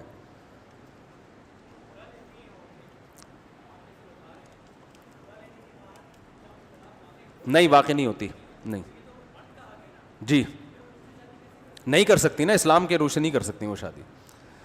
بدکاری ہو رہی ہے، زنا ہو رہا ہے، مرد نے طلاق دی نہیں، عدالت نے دے دی اور شادی کی زنا ہے وہ. تو برداشت کس میں زیادہ ہے؟ مرد میں. خواتین اس بات کو مانتی نہیں ہے کہ نہیں ہمارے میاں کا تو میٹر ہر وقت کیا رہتا ہے، شارٹ رہتا ہے. بھائی میٹر شارٹ رہتے لیکن زبان میں ایک لفظ ہے نا ہلکا سا، ڈیورس، طلاق، وہ نہیں نکالتا میاں، وہ اتنے آرام سے نہیں نکال. ہزاروں میں 2-4 ہوتے ہیں نکال دیتے ہیں. پھڈے تو ہر گھر میں ہوتے ہیں، اوٹ پٹانگ تو ہر گھر میں لڑائیاں ہوتی ہیں. مرد سب کچھ کر لیتا ہے، اسے پتا ہے بھائی زبان کو کیا کرنا ہے. 99% مرد یہ برداشت کرتے ہیں. کھوپڑی گھوم گئی، مجھے آگے بتا رہے تھے میری تو کھوپڑی گھوم گئی، تو یہ ہو گیا یہ ہو گیا. ان کو پتا ہے یار اس کو لگام دو، پوری زندگیاں لڑتے ہوئے گزر جاتی ہیں. طلاق کی دھمکیاں دے رہے ہوتے ہیں ہر میں یہ کر دوں گا، میں چھوڑ دوں گا، چھوڑتا نہیں ہے.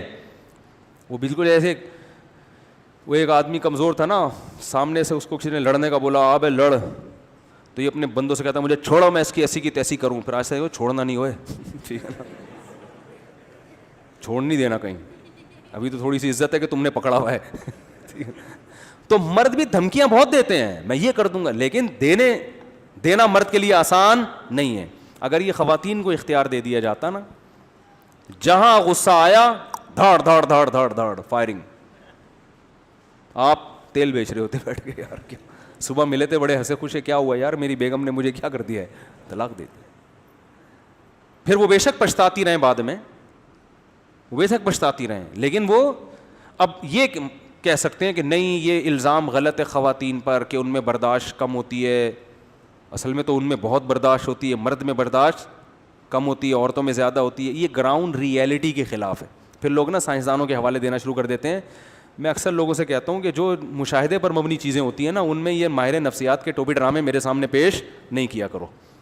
اول تو ماہر نفسیات بھی یہی کہتے ہیں کہ عورت میں برداشت کم ہے, مرد میں زیادہ ہے. لیکن اگر کوئی افلاطون اٹھ جائے, یوٹیوب پہ کوئی نئی ریسرچ سامنے لے آئے, تو یہ مشاہدہ ہے کہ عورت میں برداشت کیا ہے, کم ہے. تبھی تو میت پہ مرد روتا ہے, عورتیں روتی ہیں.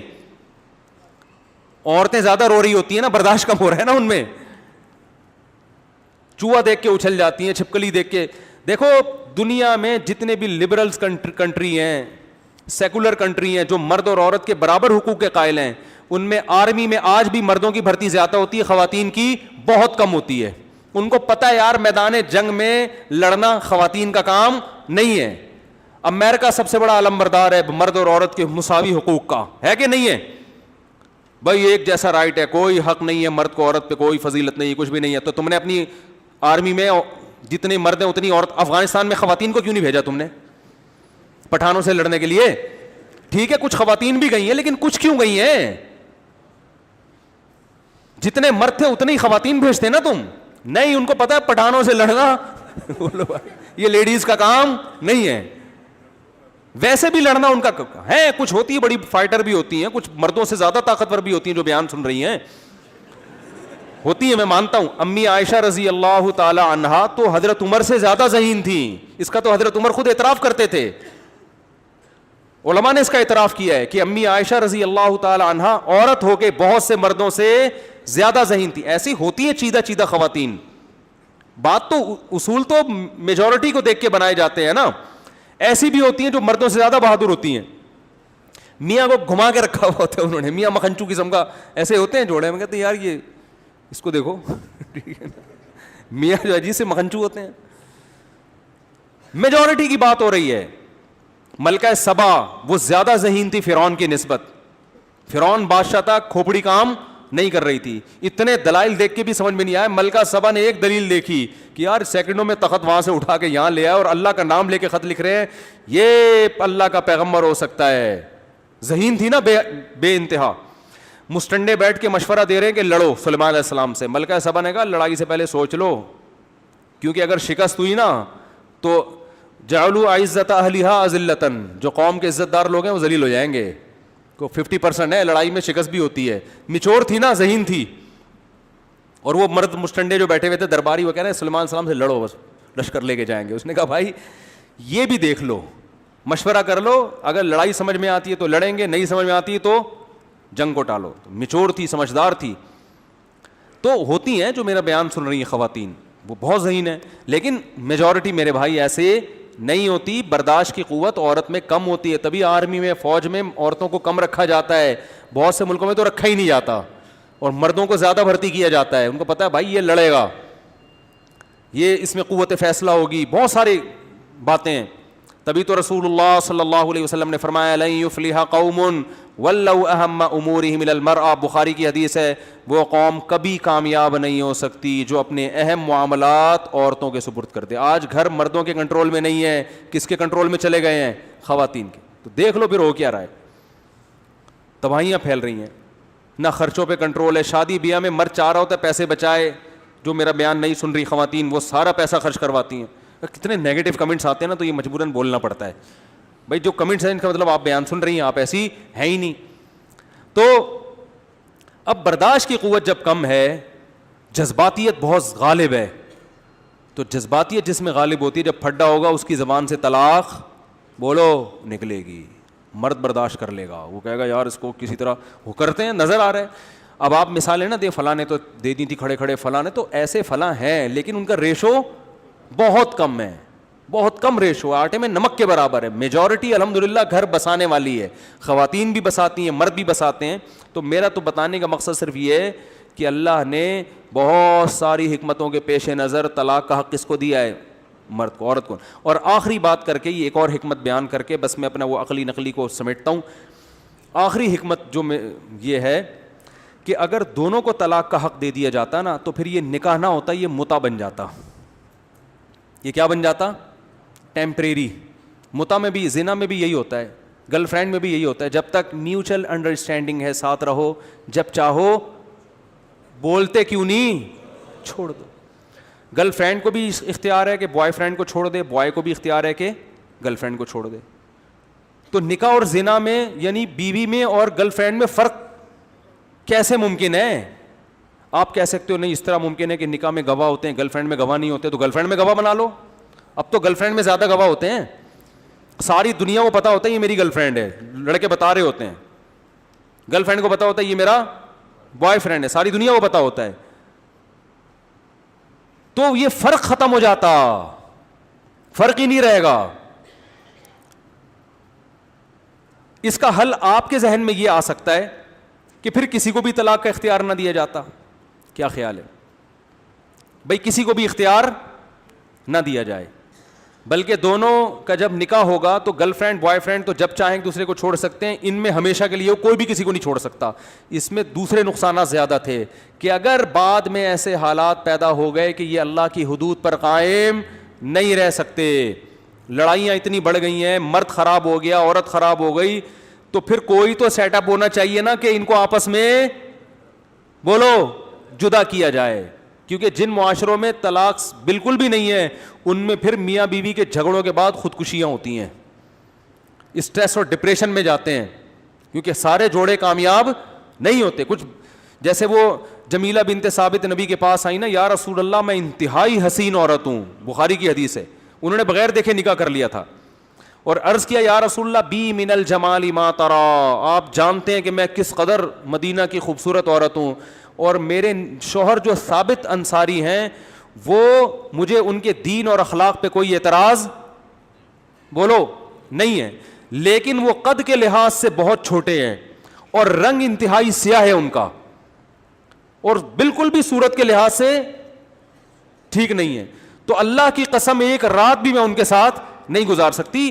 اور پھر آگے ان کے الفاظ یہ ہیں اکرہ الکفر فی الاسلام, اگر میں ان سے زندگی گزاروں گی تو اسلام میں کفر کی مرتکب ہوں گی. کفر کا مطلب ناشکری, یعنی میں ان کو ذہنی طور پر اپنا شوہر ماننے کے لیے تیار نہیں, تو مجھ سے شوہر کے حکام کی ناقدری ہوگی. جب محبت نہیں ہوتی تو انسان اطاعت نہیں کرتا نا, تو میرے سے ان کی اطاعت ہی نہیں ہوگی, میں ہر وقت ان کی ناشکری کرتی رہوں گی. بھائی عورت کو میاں سے ویسے کوئی چڑ ہو جائے تو ہر چیز الٹی لگ رہی ہوتی ہے نا میاں کی. بعض عورتوں کو میاں ہی پسند نہیں آ رہا, تو وہ میاں کہہ رہا ہے کہ یہ پکا لو, تو کیا اس کے علاوہ کچھ اور نہیں پک سکتے؟ ہمارے روزانہ یہی پکایا کروں تمہارے لیے, ہوتا ہے نا. ارے جب آپ کو ذاتی, دیکھو ماں باپ کو بھی بعض بچوں سے نا ذاتی بغض ہو جاتا ہے معذرت کے ساتھ, تو وہ بچہ جتنا بھی اچھا کرے گا ابا اس پہ کیڑے نکالتے رہیں گے, اور دوسرا جو اچھا لگ رہا ہے وہ جتنے بھی الٹے کام کرے گا ابا اس کو سیدھا کرتے رہتے ہیں. بعض گھروں میں ایسا ہوتا ہے کہ ابا اماں کو نا ایک کچھ زیادہ لاڈلا لگ جاتا ہے, دوسرے سے پتہ نہیں بلا وجہ کی کچھ ہو جاتی ہے ان کو, کچھ پتہ نہیں کسی نے جادو کیا ہوتا ہے کیا ہوتا ہے, لیکن یہ گھروں میں واقعات آتے ہیں. وہ جتنی بھی خدمت کر لے اس میں اماں ابا بیچارے وہ کچھ نہ کچھ نکال رہے ہوتے ہیں, اور یہ جتنا بھی نالائق بن جائے اس کو یہ پھر بھی چہیتا ہوتا ہے. تو ہوتا ہے, تو میاں بیوی میں بھی ہو سکتا ہے. تو اب مسئلہ یہ ہے کہ اب جمیلہ بنت ثابت انصاری نے فرمایا, جمیلہ بنت ثابت رضی اللہ عنہ نے فرمایا یا رسول اللہ اکرہ الکفر فی الاسلام, کہ میں ایک مرد کو اپنا میاں بھی مانوں اور پھر اس سے وہ والی محبت نہ دوں جو میاں کو دینی چاہیے, اور اس کی اطاعت نہ کروں, یہ ناشکری اسلام میں برداشت. زمانے جاہلیت ہوتا تو چلتا ہے سب, لیکن میں اللہ کی فرما بردار بھی بن کے رہوں اور شوہر کی ناشکری بن کے رہوں, تو یہ تو اللہ کی نافرمانی ہو گئی نا. It isn't possible for me. آج کی اسٹائل میں کوئی خاتون ہوتی تو یوں سمجھا رہی ہوتی, او فراز شٹ اپ. فراز ہوتا نا میاں, اگر فراز ہوتا تو ایک اصل میں وہ ایک جگہ میں تھا تو ان کے میاں کا نام فراز تھا, وہ آرمی کے آفیسر تھے معذرت کے ساتھ.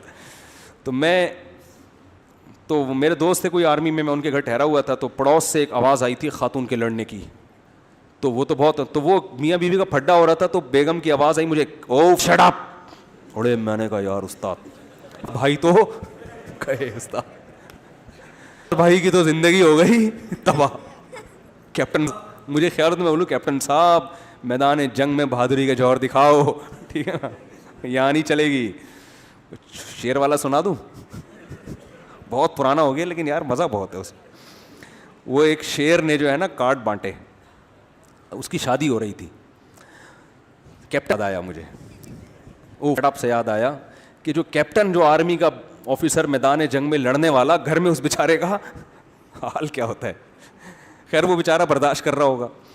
تو شیر کی شادی تھی, اس نے لومڑی کو کہا کاٹ بانٹو, ٹھیک ہے نا, اور بولا کوئی گھٹیا اور نیچ خاندان کا جانور نہیں آنا چاہیے, میں جنگل کا بادشاہ ہوں. سارے اپر لیول کے وہ آئے, بھیڑیا آئے, اور اللہ آپ کا وہ چیتا آئے, اس کو بالکل انوائٹ کیا, اس کو مہمان خصوصی بنایا جائے گا. ہاتھی کو بھی پرمیشن ہے آنے کی. گھٹیا خاندان کا کوئی جانور میری شادی میں بولو بھائی نہیں آنا چاہیے. اب جب شادی ہوئی ہے, شیر دولہا بن کے, شیرنی ساتھ میں اسٹیج پہ بیٹھی ہوئی ہے, بارات آئی تو چوہا ناچ رہا ہے اس میں, بڑے اسٹائل کے ساتھ ناچ رہا ہے. شیر کو اس وقت تو برداشت کر لیا شیر نے بھی, بارات خراب نہ ہو جائے نا کہیں. شادی وادی ہو گئی, مہمان چلے گئے, لومڑی کو بلایا, کم بخت اس چوہے کو گرفتار کر کے لا. تو اس کا کیا کام ہے گھٹیا جانور کا. چوہے کو جب گرفتار کر کے لایا گیا, چوہے سے پوچھا تجھے شرم نہیں آتی جنگل کے بادشاہ کی شادی میں تو بغیر انویٹیشن کے آ گیا ہے؟ تو چوہا کہتا ہے زیادہ شور نہ مچا, شادی سے پہلے میں بھی شیر ہی تھا. شادی سے پہلے ابھی پتہ چلے گا تیرے. تو سنا او فراز شٹ اپ, تو مجھے اندازہ ہوتا ہے کہ یار بیچارہ میدان جنگ میں کیا کر رہا ہوگا.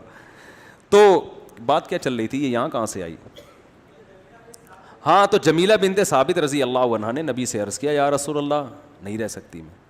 تو آپ صلی اللہ علیہ وسلم ان کے شوہر کو بلا کے حکم دیا, بھائی چھوڑ دو, نہیں رہ سکتی, پھڈے بازی ہوگی.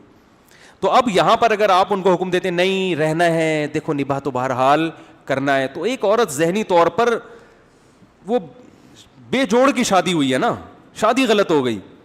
اب ان کی یہ تو غلطی تھی بھائی پہلے دیکھ لیتی, لیکن چلو اب ہو گیا, تو بہتر تو یہی ہے کہ اس شادی کو کیا کیا جائے, ختم. اور حضرت ثابت نے بھی یہی سمجھا کہ جب نبی مشورہ دے رہے ہیں تو چھوڑ دینا ہی بہتر ہے, اور ان کا جو نقصان ہوا تھا اس کی تلافی کی گئی. تو ایسی کنڈیشن بھی ہوتی ہے, تو اس لیے آپ یہ نہیں کہہ سکتے کہ گرل فرینڈ بوائے فرینڈ جب چاہیں ایک دوسرے کو چھوڑ دیں, اور میاں بیوی کو ایسا چپکاؤ ایلفی سے کہ چھوڑ ہی نہ سکیں, تو یہ بھی حکمت اور مصلحت کے خلاف ہوتا. تو عورت کو عورت کو اس طور پر تو اختیار دیا ہے کہ اگر وہ سمجھتی ہے کہ میاں کے ساتھ میں نہیں رہ سکتی تو میاں سے طلاق کا مطالبہ کر لے, اور چونکہ مرد کو جب تک لالچ نہ دیا وہ چھوڑے گا نہیں, تو لالچ یہ دے گی بھائی مہر معاف کرنے کو تیار ہوں میں, تو مجھے چھوڑ دو. تو یہ مطالبہ سے جب نکاح ختم ہوگا تو اس میں گناہ نہیں ملے گا عورت کو, اس کو خلا کہتے ہیں. اس میں مرد کی پرمیشن ضروری ہے.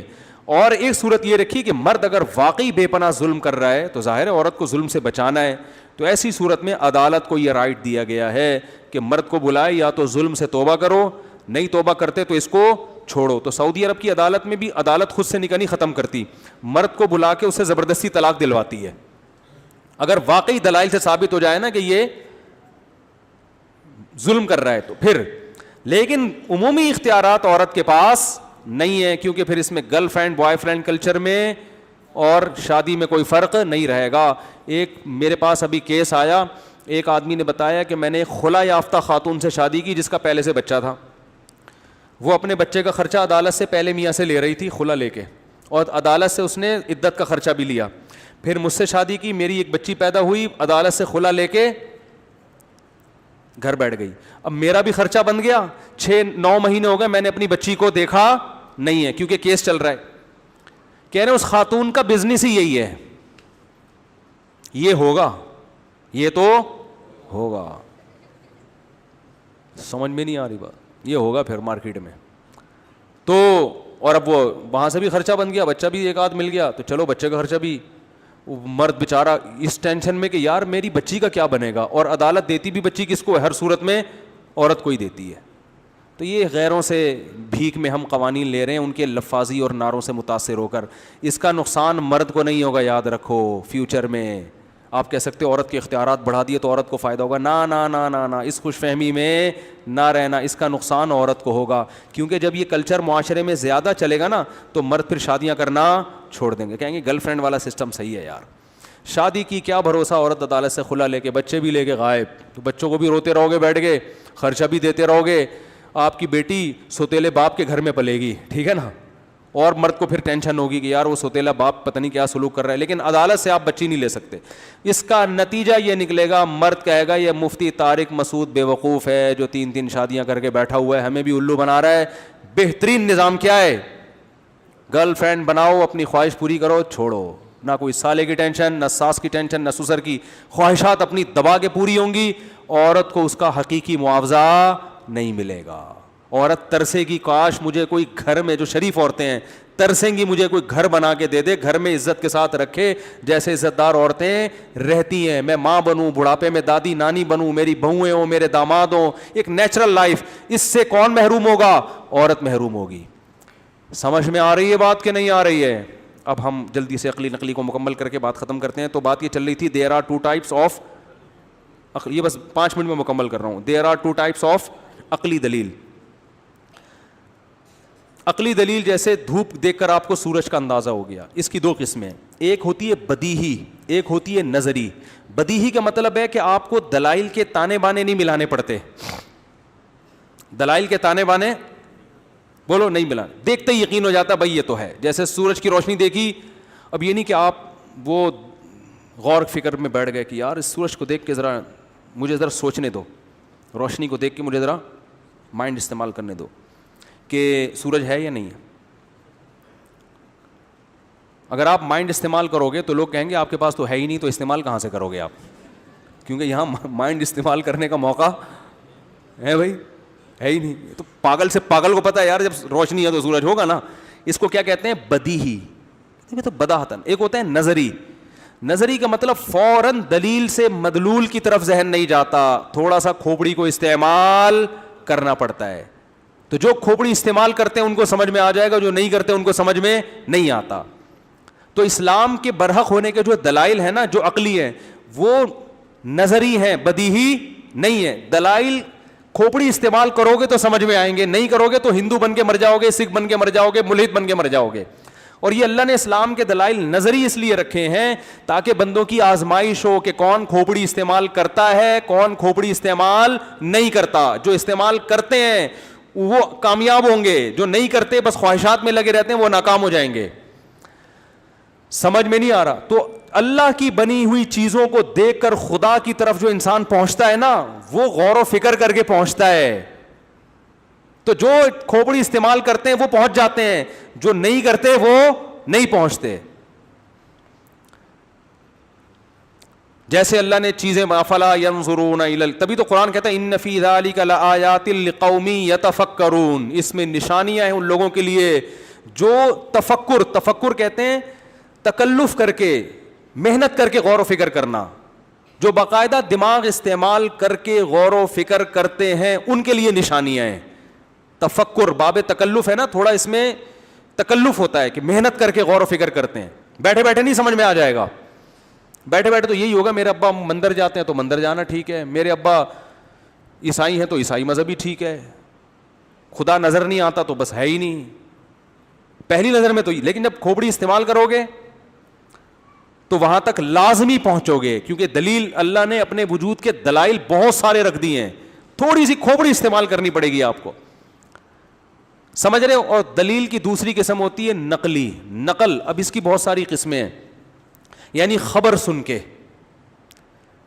بعض دفعہ خبر سے بھی کسی چیز کے وجود کا ہمیں پتہ چلتا ہے.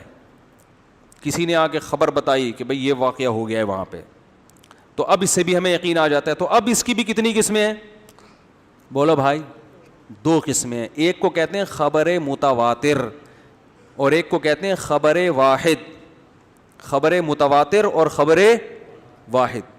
متواتر کہتے ہیں اس خبر کو جس کو نقل کرنے والے اتنے زیادہ ہوں کہ ان سب کا جھوٹ پہ جمع ہونا عقل کہے کہ یہ ناممکن ہے. یعنی عقل ان کی خبر کو تو صحیح نہیں کہہ رہی, کیونکہ وہاں تک تو عقل پہنچ نہیں سکتی نا. ورلڈ ٹریڈ سینٹر تباہ ہوا تھا کہ نہیں ہوا تھا, عقل سے فیصلہ کر سکتے ہو؟ نہیں. لیکن عقل سے یہ فیصلہ کر سکتے ہو یار اتنے سارے چینل اور اتنے سارے لوگ جھوٹ نہیں بول سکتے, کچھ تو ہوا ہے نا.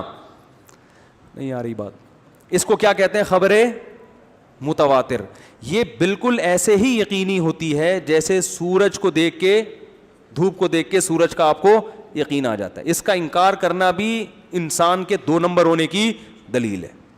اب کوئی کہ قائد اعظم نام کے کوئی بزرگ پیدا ہی نہیں ہوئے تھے, تو لوگ بتائیں گے ابے اتنے لوگ نقل کرتے آ رہے ہیں کتابوں میں اور ان کا تذکرہ, ان کے اقوال, ابے یہ سب 2 نمبر ہی ہے, الو بنایا گیا ہے. کیا دلیل ہے کہ یہ سب صحیح ہیں؟ ابے کیا دلیل ہے کہ یہ جھوٹے ہیں, یہ پوچھا جائے گا.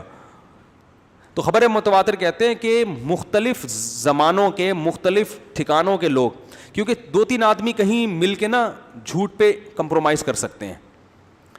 جیسے 3 آدمی کہیں چلے گئے, ان پہ ٹاک شاک ہوئی, انہوں نے کہا یار ہم تینوں مل کے یہ جھوٹ بولیں گے. لیکن جب مختلف جگہوں پہ لوگ ہوتے ہیں تو ان کا ایسا ایک جگہ گول میز کانفرنس میں جمع ہونا ہی ممکن نہیں ہوتا, ایک جگہ اکٹھا ہونا ہی ممکن نہیں. وہ بھی وہاں سے بھی خبر آ رہی ہے, ادھر سے بھی آ رہی ہے, ادھر, بھائی یہ جھوٹی نہیں ہو سکتی. سمجھ رہے ہو کہ نہیں سمجھ رہے؟ اور دوسری ہوتی ہے خبر واحد. خبر واحد ہوتی ہے جس میں اتنے سارے لوگ نہ ہو, وہ 2 بھی ہو سکتے ہیں, 3 بھی ہو سکتے ہیں, 4 بھی, یعنی جن کا عقل یہ کہتی ہے کہ یہ جھوٹ پہ جمع ہو سکتے ہیں. ممکن ہے 10 آدمیوں نے مل جل کے پلان بنایا اور جھوٹ مارکیٹ میں کیا کر دیا ہو, پھیلا دیا ہو. تو اس میں اصول یہ ہے کہ جو خبر متواتر ہے اس سے جو علم حاصل ہوتا ہے وہ قطعی ہے, یقینی ہے, اس کا انکار کرنے والا 1 نمبر کا پاگل. اور جو خبر واحد ہے اس میں اگر ثقہ لوگ, قابل اعتماد لوگ بیان کر رہے ہیں جن کا اپنا کوئی مفاد نہیں ہے, تو پھر اس پر ایسا یقین تو نہیں آتا جیسا خبر متواتر پر ہے. لیکن عملاً اس کو یقین کا درجہ دینا لازم ہے, کیونکہ اس کو بلا وجہ اس کا انکار کرنا یہ آپ کے ضدی اور ہٹ دھرم ہونے کی دلیل ہے, پاگل ہونے کی تو نہیں. لیکن اس کی ہے کہ یار جب آپ کے پاس اس کے غلط ہونے کی دلیل نہیں ہے تو آپ کیوں انکار کر رہے ہو. بات آ رہی ہے سمجھ میں؟ نہیں آ رہی میرا خیال ہے, آ رہی ہے. تو اب سمجھو کہ یہ جو دلائل ہے نا, حضرت عیسیٰ علیہ السلام دنیا میں آئے, حضرت موسیٰ علیہ السلام دنیا میں آئے, پھر موسیٰ علیہ السلام کا واقعہ ہوا, سمندر 2 حصوں میں تقسیم ہو گیا, اور حضرت عیسیٰ مردوں کو زندہ کیا کرتے تھے. یہ تمام کے تمام واقعات ہمارے پاس خبر واحد سے نہیں پہنچے بلکہ خبر متواتر سے پہنچے. یہودیت, عیسائیت, اسلام, یہ دنیا کی سب سے بڑی آبادی ہے, یہ سارے ان واقعات پر متفق ہیں کہ ایسا دنیا میں ہوا ہے, جبکہ ان کا آپس میں اس میں کوئی مفاد نہیں ہے بلکہ ایک دوسرے کے دشمن نہیں ہے. پھر بھی یہودی بھی مانتا ہے, عیسائی بھی مانتے ہیں اور مسلمان بھی. ہاں یہودی یہ کہے گا کہ عیسیٰ علیہ السلام نے جو مردوں کو زندہ کیا وہ جادو تھا, وہ جادو کہہ کے رد کر دے گا, مگر ان واقعات کا انکار نہیں کرے گا. تو اب ایسے میں کوئی پاگل مکھنچو اٹھ کے, کوئی ملحد اٹھ کے یہ دعویٰ کرے کہ ابے موسیٰ نام کا کوئی شخص معاذ اللہ دنیا میں گزرا ہی نہیں ہے, نوح نام کا کوئی شخص دنیا میں گزرا ہی نہیں ہے, اور کہے کہ سائنسی کتابوں سے تو کوئی پتہ نہیں چلتا. تو پاگل, سائنس تو عقلی دلیل کو مانتی ہے, نقلی دلائل کو سائنس نہیں مانتی. سمجھ میں آ رہی ہے بات؟ اس کا تعلق سائنس سے ہے ہی نہیں. نوح علیہ السلام کی 1000 سال عمر تھی, ایک ملحد کہہ رہا ہے 1000 سال, تو سائنس پر تو کوئی ثبوت نہیں ملتا کہ پہلے زمانے میں انسانوں کی عمر 1000 سال ہوتی تھی. تو اس کا تعلق آپ کے ماموں کی عمر کتنی تھی, آپ کے چاچو کی عمر کتنی تھی, یہ سائنسدان نہیں بتائے گا. آپ کے دادا کے بارے میں آپ کے ابا بتائیں گے کہ ان کی عمر کتنی تھی. یہ نقل سے پتہ چلے گا, یہ عقل سے پتہ بولو بھائی نہیں چلے گا. تو نوح علیہ السلام کو یہودی بھی مانتا ہے کہ 1000 سال دنیا میں رہے ہیں, عیسائی بھی مانتے ہیں کہ 1000 سال, اور مسلمان بھی مانتے ہیں. اتنی بڑی آبادی یہ نقل ہوتی چلی آ رہی ہے, قوم لوط کا واقعہ, قوم عاد, قوم سمود. تو یہ تمام واقعات کا آج کوئی پروفیسر یونیورسٹی کا, کیونکہ یونیورسٹیوں میں اس طرح سے یہ چیزیں پھیلائی جا رہی ہیں کہ یہ سب قصے کہانیاں ہیں, یہ سب جھوٹی باتیں ہیں, یہ سب فضول مذہبی لوگوں نے اڑائی ہوئی ہیں. مذہبی لوگ اتنی ساری باتیں جھوٹ اڑائیں اور سارے مذہبی اس پہ جمع ہو جائیں, یہ پریکٹیکلی اور عملاً ممکن ہے نہیں. سیم واقعہ وہی عیسائی بھی بیان کر رہے ہیں, وہی یہودی بھی بیان کر رہے ہیں, وہی مسلمان بھی بیان کر رہے ہیں, اور اتنے تواتر کے ساتھ ہیں کہ ہسٹری اور تاریخ پیغمبروں کے ساتھ جوڑی گئی ہے. میں نے بتایا تھا نا, ایک ملحد کہہ رہا ہے کہ عیسیٰ نام کا کوئی شخص دنیا میں معاذ اللہ نہیں گزرا, حضرت عیسیٰ ہے ہی نہیں, اور پھر کہہ رہے کسی تاریخ کی کتاب میں نہیں لکھا. یہ انسان کی کس کی دلیل ہے؟ اسکرو کے ڈھیلے ہونے کی. اس پاگل کو یہ نہیں پتا کہ تاریخ دان جب بھی کوئی کتاب لکھے گا اس پہ جو ڈیٹ ڈالے گا وہ حضرت عیسیٰ علیہ السلام کی یوم ولادت سے ڈالے گا یا ان کے اٹھائے جانے سے ڈالے گا. یہ جو ہم کہتے ہیں نا 2020, اس کا مطلب کیا ہے؟ حضرت عیسیٰ کو دنیا میں آئے ہوئے کتنے سال ہو گئے؟ 2000. تو تاریخیں ان سے شروع ہوئی ہیں, کیونکہ یہ اتنے مشہور واقعات تھے دنیا میں کہ لوگوں نے کیلنڈر ان واقعات سے جوڑ دیے ہیں. تو ہسٹری جب بھی لکھی جاتی ہے تو انہی واقعات سے, کیونکہ یہ ایسے واقعات ہیں جن کا کوئی بھی انکار کر نہیں سکتا. تو اب یاد رکھو, بات ختم کر رہا ہوں, کہ مذہب کے معاملے میں بھی ایسا ہی ہے. ہمیں جو رسول اللہ صلی اللہ علیہ وسلم سے خبریں پہنچی ہیں, بخاری کے ذریعے, صحیح مسلم کے ذریعے, ابو داؤد کے ذریعے, یہ تمام کی تمام خبریں خبر واحد ہیں, خبر متواتر بولو بھائی نہیں ہیں. یہ تمام کی تمام زیادہ تر 99% ان میں خبر واحد ہیں. حدثنی فلان قال حدثنی فلان قال حدثنی فلان, ایک شخص سے, پھر وہ ایک دوسرے شخص سے, پھر وہ دوسرے شخص سے. تو ان خبروں پہ یقین اس لیے ضروری ہے کہ وہ بیان کرنے والے سارے کیا تھے, بولو بھائی, ثقہ تھے. تو بلا وجہ اس کا انکار کرنا اور کہنا نہیں نبی نے تو یہ فرمایا نہیں ہے, یہ آپ کے ضدی ہونے کی دلیل ہے. لیکن جب اس خبر کے مقابلے میں قطعی خبر آئے گی, متواتر خبر آئے گی, تو پھر چاہے وہ بخاری کی حدیث ہو, اس کی ویلیو اس قطعی کے مقابلے میں ختم ہو جائے گی. اور وہ قطعی خبر ہے قرآن. نہیں آ رہی بات میرا خیال ہے. آج بہت سے فرقے پیدا ہو گئے ہیں, بار بخاری کا حوالہ, مسلم کا حوالہ, ترمذی کا حوالہ, ہم کہتے ہیں قرآن میں یہ ہے, تو فوراً جواب دیتے ہیں کہ نبی نے قرآن کو زیادہ اچھا سمجھا یا تم نے سمجھا. او بھائی, نبی نے زیادہ اچھا سمجھا, لیکن نبی سے جو ہم تک یہ بات نقل ہوتے آئی ہے وہ اتنے مضبوط ذرائع سے نقل نہیں ہوئی جتنی مضبوط ذرائع سے اللہ کا کلام نقل ہوا ہے. تو جب دونوں میں ٹکراؤ ہوگا تو ترجیح کس کو دی جائے گی, بولو بھائی قرآن کو. تو امام ابو حنیفہ کا جو فقہ ہے نا, بہت سے لوگوں کی کھوپڑی میں اس اصول نہ سمجھ میں آنے کی وجہ سے بھی نہیں آ رہا ہوتا. سمجھ میں آ رہی ہے بات؟ وہ تواتر کی وجہ سے اس کو ترجیح دیتے ہیں. اب دیکھو قرآن کی آیت ہے, الزانیۃ والزانی, میں 2 مثالیں دے کے بیان ختم کرتا ہوں. الزانیۃ والزانی فاجلدوا کل واحد منہما 100 جلدہ, زنا کرنے والا مرد ہو یا عورت ہو, اس کی سزا ہے کہ 100 کوڑے مارو. اس کو کیا کرو بھائی, 100 کوڑے مارو. بخاری مسلم کی حدیث ہے کہ زنا کرنے والے مرد اور عورت کو 100 کوڑے بھی مارے جائیں گے اور 1 سال کے لیے جلا وطن بھی, بول دے کیوں نہیں, جلا وطن بھی کیا جائے گا. اب لوگ حدیث کا حوالہ دیتے ہیں اور امام حنیفہ کا قول ذکر کرتے ہیں کہ صرف کوڑے ہی مارے جائیں گے, جلا وطن کرنے کی اجازت نہیں ہے. اب کہتے ہیں دیکھو یہ بخاری کی حدیث میں تو جلا وطنی ہے اور ابو حنیفہ کیا کہتے ہیں, جلا وطنی نہیں ہے. تو تم فقہ حنفی کو مانتے ہو یا فقہ محمدی کو؟ یہ مارکیٹ میں کیا چل رہی ہے, لفاظی, سمجھ رہے ہیں؟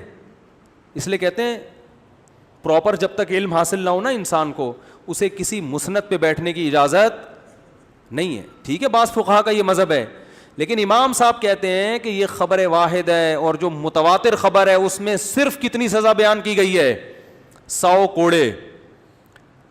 اور ویسے بھی اگر اس کو جلا وطن کیا جائے گا تو اس سے اس کے زانی بننے کا امکان کم ہونے کے بجائے بڑھ جائے گا. ان نون جگہ پہ انسان برائی کا خطرہ, اور خاص طور پہ جب لڑکی کو جلا وطن کریں گے تو وہاں کمانے کا کوئی ذریعہ اس کے پاس نہیں ہے, عین ممکن ہے زنا ہی کو وہ اپنا پیشہ بنا لے. سمجھ میں آ رہی ہے بات؟ حالانکہ صحیح حدیث ہے, لیکن کس کے مقابلے میں آ رہی ہے, وہ متواتر ہے نا, وہ تو ہزاروں لوگ سینہ بسینہ, اس کی ایک ایک آیت متواتر ہے, ایک ایک زبر زیر پیش میں تبدیلی نہیں ہوئی ہے. جبکہ بخاری کی حدیث حدثنی فلان قال حدثنی فلان, ٹھیک ہے مانتے ہیں صحیح ہے, اس لیول کی صحیح نہیں ہے. عین ممکن ہے راوی سے کچھ اس میں تصرف ہو گیا ہو بیان کرنے میں. لہذا وہ کہتے ہیں اس کی تعویل ہے حدیث کی کہ تغریب عام جسے کہتے ہیں 1 سال کی جلا وطنی, یہ سیاست پر مبنی ہے کہ اگر ملک کا بادشاہ یہ سمجھتا ہے کہ ان دونوں میں عشق محبت ہو گئی ہے, دوبارہ زنا کریں گے تو ان کو وقتی طور پر وہ ایک دوسرے سے دور کرنے کے لیے جلا وطن کر سکتا ہے. یہ حکم حد کا حصہ نہیں ہے, سزا کا حصہ نہیں ہے. یہ نبی نے اپنے دور میں عین ممکن ہے کسی کو دیکھا ہو تو ان کے لیے حکم دیا ہو, یہ قانون عام نہیں ہے. ایک اور مثال دیتا ہوں, قرآن مجید میں آتا ہے کہ جو طلاق یافتہ عورتیں ہیں ان کو گھروں سے مت نکالو, عدت کہاں گزاریں گی, وہ شوہر کے گھر میں. اس میں قرآن نے فرق نہیں کیا 1 طلاق ہو 3 طلاق ہو, عدت شوہر کے گھر میں ہی ہے. لیکن حدیث میں آتا ہے حضرت فاطمہ بنت قیس تھیں یا کوئی فاطمہ بنت ثابت تھی, مجھے ان کے والد کا نام اس وقت ذہن میں نہیں ہے, ان کے شوہر نے 3 طلاقیں دیں. نبی صلی اللہ علیہ وسلم نے حکم دیا کہ عدت کہاں گزارو گی؟ شوہر کے گھر سے باہر. اس بیس پر بعض فقہا کہتے ہیں کہ 3 طلاقوں کے بعد عورت شوہر کے گھر میں عدت نہیں گزار سکتی. تو یہاں بھی یہی کہتے ہیں. امام حنیفہ کا قول کیا ہے کہ قرآن میں کیا ہے؟ کسی بھی قسم کی طلاق ہو عدت کہاں گزارنی ہے؟ صاف طور پہ قرآن کہہ رہا ہے نا, اس میں 1 اور 3 کا فرق نہیں کیا قرآن نے. اور حدیث کیا ہے؟ جزوی واقعہ ہے. عین ممکن ہے حضرت فاطمہ رضی اللہ تعالی عنہا کا کوئی ایسا مسئلہ ہو, بعض علماء نے کہا کہ وہ زبان کی بہت تیز تھیں تو خطرہ تھا کہ اور لڑائی جھگڑے نہ ہوں, اس لیے آپ نے حکم دیا کہ عدت کہاں گزارو؟ وہاں. یہی وجہ ہے کہ حضرت عائشہ رضی اللہ تعالی عنہا اس حدیث کے بارے میں کہا کرتی تھیں کہ حضرت صحیح مسلم میں کہ فاطمہ کے لیے خیر نہیں ہے اس حدیث کو بیان کرنے میں, حالانکہ پیغمبر کی حدیث ہے, مگر حضرت عائشہ حضرت فاطمہ کو روک رہی ہیں کہ یہ حدیث بیان بولو بھائی مت کرو. اور حضرت عمر نے جب قانون بنایا نا کہ طلاق یافتہ خواتین کے لیے کہ وہ عدت گھر میں گزاریں گی, تو کسی نے یہ حدیث سنائی کہ حضرت فاطمہ تو کہتی ہیں کہ نبی نے حکم دیا تھا کہ میں اپنے میاں کے گھر میں عدت نہیں گزاروں گی, ان کو تو 3 طلاقیں ہوئی تھیں. تو حضرت عمر نے فرمایا کہ لا ندری کتاب اللہ و سنت نبینا بقول امرات, کسی ایک عورت کے کہنے پر ہم اللہ کی کتاب کو نہیں چھوڑ سکتے. اب کوئی کہے یار پیغمبر کی حدیث چھوڑ رہے ہیں حضرت عمر, اور یہی الزام امام حنیفہ پہ بھی لگ رہا ہے. او بھائی پیغمبر کی حدیث نہیں چھوڑ رہے, وہ کہہ رہے ہیں حدیث بیان کرنے والی یہ خاتون ہے, پتہ نہیں انہوں نے بات صحیح طرح سمجھی بھی ہے کہ نہیں سمجھی, خبر واحد ہے, اس لیول کی نہیں ہے جس لیول کا کیا ہے قرآن ہے. اس وقت ہم واقعے میں موجود نہیں تھے, پتہ نہیں ان کی خصوصی اجازت دی ہو یا کیا ہو, یہ لا تھوڑی بنایا جا سکتا ہے. لا وہی ہے جو کہاں لکھا ہوا ہے قرآن میں. تو آج کل یہ رفع الیدین کا بھی مسئلہ یہی ہے. بخاری میں بہت ساری حدیثیں ہیں رکوع میں جاتے ہوئے رفع الیدین, رکوع سے اٹھتے ہوئے, لیکن امام مالک کا بھی مضبوط قول ہے کہ رفع الیدین نہیں کرنا. وہ کہہ رہے ہیں یہ اخبار احاد ہیں. وہ کہتے ہیں مدینہ میں نے اہل مدینہ کو رفع الیدین کرنے والا نہیں پایا. وہ اس تواتر کو دیکھ رہے ہیں کہ یار یہ نبی کے آخری نمازیں ان لوگوں نے دیکھی جو مدینہ کے لوگ ہیں, یہ کوئی بھی نہیں کر رہا رفع الیدین, تو اس کا مطلب نبی کی لاسٹ نماز کیا تھی؟ نہ کرنا. امام حنیفہ اہل کوفہ کے عمل کو دیکھ رہے ہیں, صحیح سند سے ثابت ہے کوفہ میں حضرت علی کا دارالخلافہ اور عبداللہ بن مسعود یہ دونوں بڑے علم کے پہاڑ, اور 1400 صحابہ حضرت علی کے دور حکومت میں بڑے بڑے اہل علم کوفہ منتقل ہو گئے, اور کوفہ میں ایک شخص بھی رفع الیدین نہیں کرتا تھا. حالانکہ حدیثیں زیادہ تر کوفہ سے پہنچی ہمارے پاس, قرآن جس قاری کی تلاوت میں ہم پڑھتے ہیں وہ کوفہ سے پہنچا ہمارے پاس. تو انہوں نے پریکٹیکلی عملاً دیکھا کہ نہ عبداللہ بن مسعود کے شاگرد کر رہے ہیں, نہ حضرت علی کے شاگرد کر رہے ہیں, نہ پورا کوفہ کر رہا ہے, نہ پورا مدینہ کر رہا ہے. تو اس تواتر کے مقابلے میں کہ یار یہ تو سینہ بسینہ نبی کی نماز کو فالو کر رہے ہیں, یہ کیسے چھوڑ سکتے ہیں نبی کی حدیث کو؟ تو اس لیے انہوں نے رفع الیدین کی حدیث کو یہ سمجھا کہ یہ پہلے عمل کیا ہوگا, آخر میں آپ نے چھوڑ دیا ہوگا, ورنہ یہ لوگ کر رہے ہوتے. اب اس پہ آپ کو بخاری کی حدیث دکھاؤ کہ رفع الیدین نہیں کرنا, نہیں دکھائی جا سکتی. سمجھ میں آ رہی ہے بات؟ کیونکہ آپ جو حدیث دکھا رہے ہو وہ خبر واحد ہے, اور ابو حنیفہ اور امام مالک کا جو مضبوط قول ہے وہ فالو کر رہے ہیں کس کو؟ وہ تواتر کو. یار یہ اتنے سارے لوگ مدینہ میں نہیں کر رہے, اور یہ انہوں نے نبی کی آخری نماز دیکھی ہے اور کوفہ میں نہیں کر رہے. تبھی امام ترمذی جو امام بخاری کے شاگرد ہیں, وہ جب رفع الیدین کی حدیث ذکر کرتے ہیں تو آخر میں لکھتے ہیں وَبِهِ يَقُولُ بَعْضُ أَهْلِ الْعِلْمِ مِنْ أَصْحَابِ النَّبِيِّ صلی اللہ علیہ وسلم. یہی قول بعض صحابہ کا ہے, اور ان بعض صحابہ کے نام بھی لکھے انہوں نے. اور جب نیچے دوسری حدیث لکھی ہے رفع الیدین نہ کرنے کی, تو اس کے نیچے امام بخاری کے شاگرد امام ترمذی کا تبصرہ ہے وَبِهِ يَقُولُ غَيْرُ وَاحِدٍ مِّنْ أَهْلِ الْعِلْمِ مِنْ أَصْحَابِ النَّبِيِّ. بہت سارے اہل علم صحابہ کا مذہب ہے اور ان کے نام نہیں لکھے, کیونکہ جو تھوڑے ہوتے ہیں ان کے نام ہائی لائٹ کیے جاتے ہیں, بہت زیادہ لوگوں کے نام نہیں لکھے جاتے. یہ مضبوط دلائل ہیں متواتر جن کی بیس پر امام ابو حنیفہ نے رفع الیدین کا کیا کیا, انہوں نے کہا کہ نہ کرنا بہتر ہے. اور آخری بات کہ مدعی کے ذمے دلیل پیش کرنا ہوتا ہے, آپ کی مرضی کی دلیل پیش کرنا مدعی کے ذمے نہیں ہے. بس یہ لاسٹ بات, اور واقعی سچی مچی کی آخری, آپ کہیں گے آخری کہہ کے پورے فجر لگا دیں, سچی مچی کی آخری بات. مثال کے طور پر میں نے آپ کو 1 لاکھ روپے دیے تھے, وسیم بھائی اور ستار بھائی کو میں نے گواہ بنایا, اچھے آدمی ہیں, ابھی آج ہم نے ان کے تھوڑی سی ان کو اپنی انسلٹ سی محسوس ہو سکتی ہے, تو اب ہم ان کو اچھے اس میں ذکر کریں. جمشید بھائی کو اور وسیم بھائی کو میں نے گواہ بنایا, میں نے ان کو 1 لاکھ روپے دیے, میں نے کہا یہ دونوں گواہیں, یہ اللہ معاف فرمائے یہ پی گئے. میں نے عدالت میں کیس کیا ہے, یہ انہوں نے پیسے لیے ہیں, عدالت نے کہا ثبوت, میں نے وسیم اور جمشید کو پیش کر دیا. عدالت کے ٹھیک ہے بھائی گواہ, میں نے ویڈیو بھی دکھا دی, کیمرے یہاں ہماری مسجد میں بھی لگے ہوئے ہیں, وہ آن کر دیے, عدالت کو دیکھا پوری ویڈیو دیکھ لو بھائی, میں دے رہا ہوں پیسے. یہ کہہ رہے ہیں نہیں, سلیم اور غفار جب تک گواہی نہیں دیں گے میں آپ کے پیسے آپ کو نہیں دوں گا. عدالت کہے گی بھائی اس کے ذمے دلیل پیش کرنا ہے, تمہاری مرضی کے دلائل اس کے ذمے, بولو بھائی نہیں ہے. اب کوئی کہے رفع الیدین کے لیے بخاری دکھاؤ, مسلم دکھاؤ, یہ آپ اپنی مرضی کے دلائل مانگ رہے ہو, ٹھیک ہے نا, ہمارے ذمے نفس دلیل جو ہم نے پیش کر دی ہے. اب آپ کہو کہ ہماری مرضی کی دلیل, تو یہ ناجائز مطالبہ ہے. سمجھ میں نہیں آ رہی میرا خیال ہے بات, یہ غلط کوئی کہے کہ نہیں زانی کی جو سزا ہے اس میں 1 سال کی جلاوطنی ہے, چونکہ بخاری میں بھی حدیث ہے, مسلم میں بھی ہے, اور ابو حنیفہ نے کہا نہیں جلاوطنی نہیں ہوگی. ابو حنیفہ کا قول قرآن و سنت کے خلاف ہے, اب بخاری میں دکھاؤ جلاوطنی نہیں ہوگی. اور بھائی ہم نے قرآن سے دکھا دیا, ہمارے ذمے نفس دلیل ہے. اب آپ کو آپ کی مرضی کی دلیل دیں, یہ ہمارے ذمے نہیں ہے, یہ آپ کی ہر دھرمی ہے کہ آپ نے دلائل کا ایک حصار کھینچا ہوا, بھائی یہیں سے ملے گی تو مانیں گے ورنہ نہیں مانیں گے ہم. اور بہت سارے مسئلے اس طرح حل ہوتے ہیں.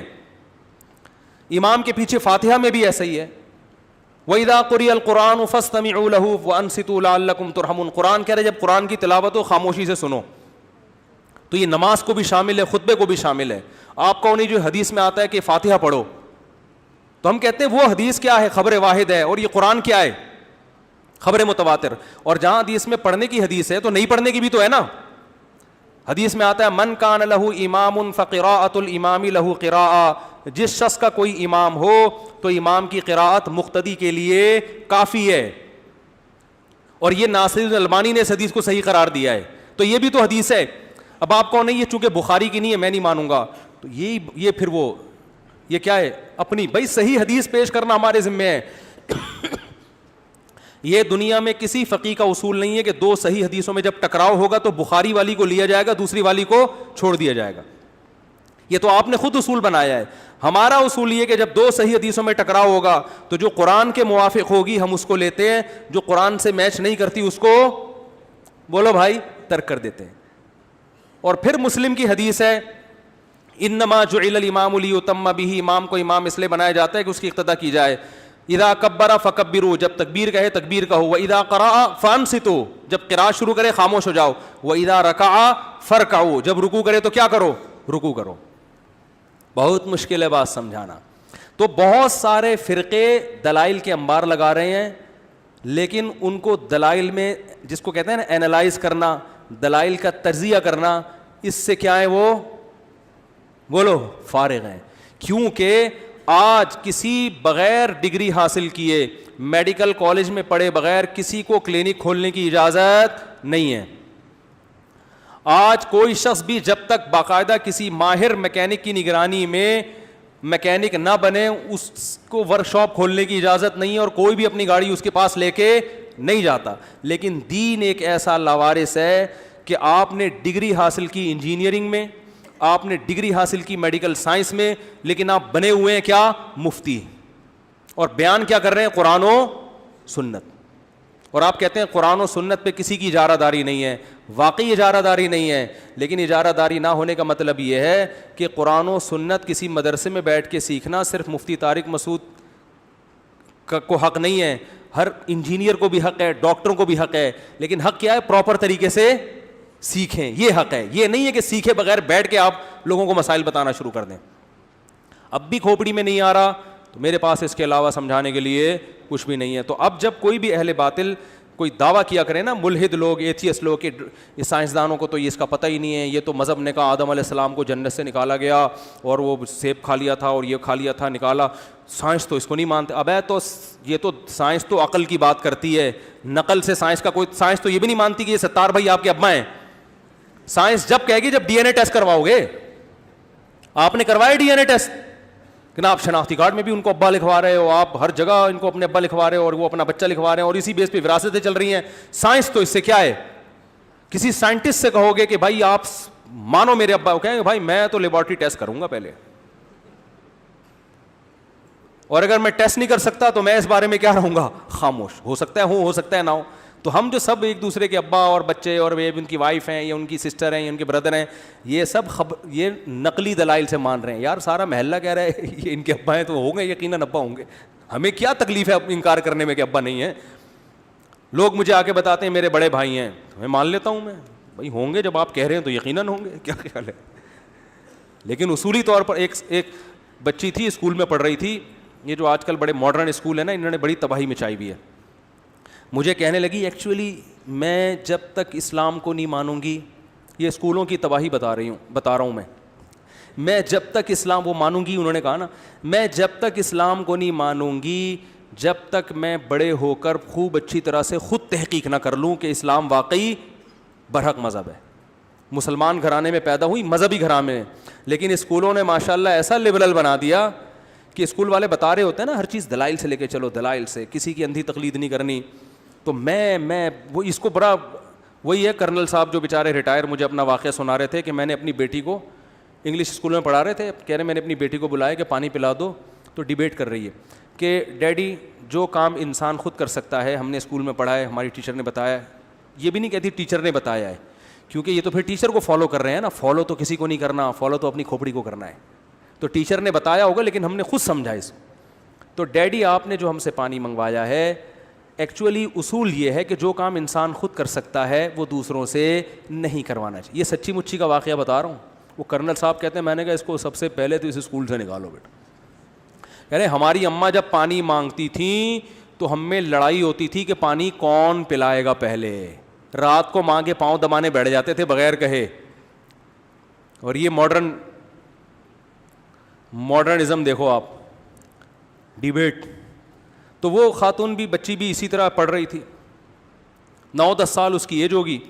مجھے کہنے لگی کہ میں ایکچولی اسلام کو جب تک خود اسٹڈی نہیں کروں گی, ابھی تو ٹائم نہیں ہے, طرف بڑے ہو کر پھر میں فیصلہ کروں گی اسلام اگر صحیح ہے تو میں فالو کروں گی ورنہ نہیں. اب وہ تو بچی تھی, اس کو میں یہ بات کہہ نہیں سکتا تھا. اس کے تو میں نے ابا کو بولا, میں نے کہا اس کو نکال لے بیٹا, ہاں اس کو نکال لو, اس کو نکال لو, تو یہ کچھ اور ہی بن جائے گی. لیکن اصل جواب اس کا یہ تھا کہ بیٹا دیکھو جو مسلم معاشرے میں پیدا ہوتا ہے نا, اس کے لیے اسلام نظری نہیں رہتا, بدیہی بن جاتا ہے. آئی بات سمجھ میں؟ نظری اس کے لیے ہے جو مسلم گھرانے میں پیدا نہیں ہوا. جو ہوا ہے اس کو تو اس نے تو اسلام کا حسن دیکھ لیا نا, اس نے تو دیکھ لیا. تبھی جو غیر مسلم اسلام قبول نہ کرے, اسلام میں اس کی کوئی سزا نہیں ہے. لیکن مسلمان اگر غیر مسلم ہو جائے تو اسلام اس کو نہیں چھوڑتا ہے. اسلام کہتا ہے تم ہر دھرمی کی بیس پہ چھوڑ رہے ہو, کیونکہ تم جب اسلام میں پلے ہو تو تمہیں تو اسلام یہ ہو ہی نہیں سکتا کہ سمجھ میں نہ آئے. ایک منٹ بس رہنے دیں. تو اب یہ سمجھیں, میں نے کہا کہ اس سے کہیں کہ ریسرچ بہت ساری چیزوں پہ ابھی آپ کی باقی ہے. سب سے پہلی بات, آپ نے اپنے ڈیڈی کو بولا کہ وہ نے ڈیڈی کو بھی بولا تھا اس نے یہ لفظ, اس کے ڈیڈی مجھے بتا رہے تھے کہ ڈیڈی میں جب بڑی ہو جاؤں گی تو میں پھر ریسرچ کروں گی اسلام کے بارے میں, اور پھر پتہ چلے گا کہ اسلام اگر واقعی ایک صحیح ہے تو پھر میں مانوں گی ورنہ نہیں. وہ اللہ کا شکر ہے بچی بڑی ہو گئی اور مسلمان ہی ہے, یہ اللہ کا شکر ہے. اس نے تحقیق کی نہیں کی, بہرحال سمجھ میں آ گیا, لیکن کچھ بھی ہو سکتا ہے نا. تو میں نے ان سے کہا, میں نے کہا یہ بچی بڑی خطرناک ہے. اب جب یہ اس طرح کی بات کریں نا کہ میں جب بڑی ہوں گی تو پہلے اسلام کے بارے میں ریسرچ کروں گی, تو اس سے کہنا بیٹا پہلے میرے بارے میں بھی ریسرچ کرنا کہ میں واقعی تمہارا ابا ہوں بھی کہ نہیں ہوں. یہ تو لوگ کہہ رہے ہیں, جیسے لوگ کہہ رہے ہیں اسلام برحق ہے, ساری ادھر تو اسلامی کنٹری ہے نا, تو ایسا ہی ہو سکتا ہے لوگ کہہ رہے ہیں ہم آپ کے ڈیڈی ہیں. تو اندھی تقلید صرف اسلام کے بارے میں کیوں پسند نہیں ہے آپ کو؟ سب سے پہلے ڈیڈی کے بارے میں ہونی چاہیے, پھر ممی کے بارے میں ہونی چاہیے. ایسا تو نہیں لے پالک, کتنے لوگ بچہ عیدی سینٹر سے لے کے اپنے کھاتے میں ڈال دیتے ہیں, ساری عمر بچوں کو نہیں بتاتے.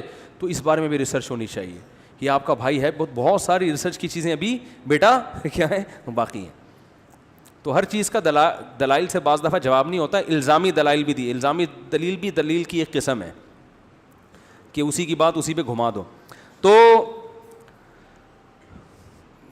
وہ بڑی وہ بات ہے نا کہ کیا یار وہ شعر ہے, نئی تہذیب کے انڈے ہیں گندے, آگے کیا تھا پتہ نہیں, آگے شعر مجھے یاد نہیں آ رہا. نئی تہذیب اٹھا کر پھینک دو باہر گلی میں, نئی تہذیب کے انڈے ہیں گندے. تو جتنی بھی نئی چیزیں مارکیٹ میں آ رہی ہیں, چاہے وہ فرقوں کے نام پہ نیا فرقہ آ رہا ہو مارکیٹ میں, یا وہ ماڈرنزم جو بہت زیادہ ہمارے معاشرے میں آ رہا ہے, یا نئے نئے مذاہب آ رہے ہیں, تو بھائی یہ لیبل بہت اچھے ہیں, نئی نئی دعوتیں آ رہی ہیں, لیبل بہت اچھے ہیں, لیکن ان گندے انڈوں کو باہر اٹھا کے گلی میں پھینک دو, اس سے آپ کا سکون اور آپ کا کلچر تباہ ہو جائے گا.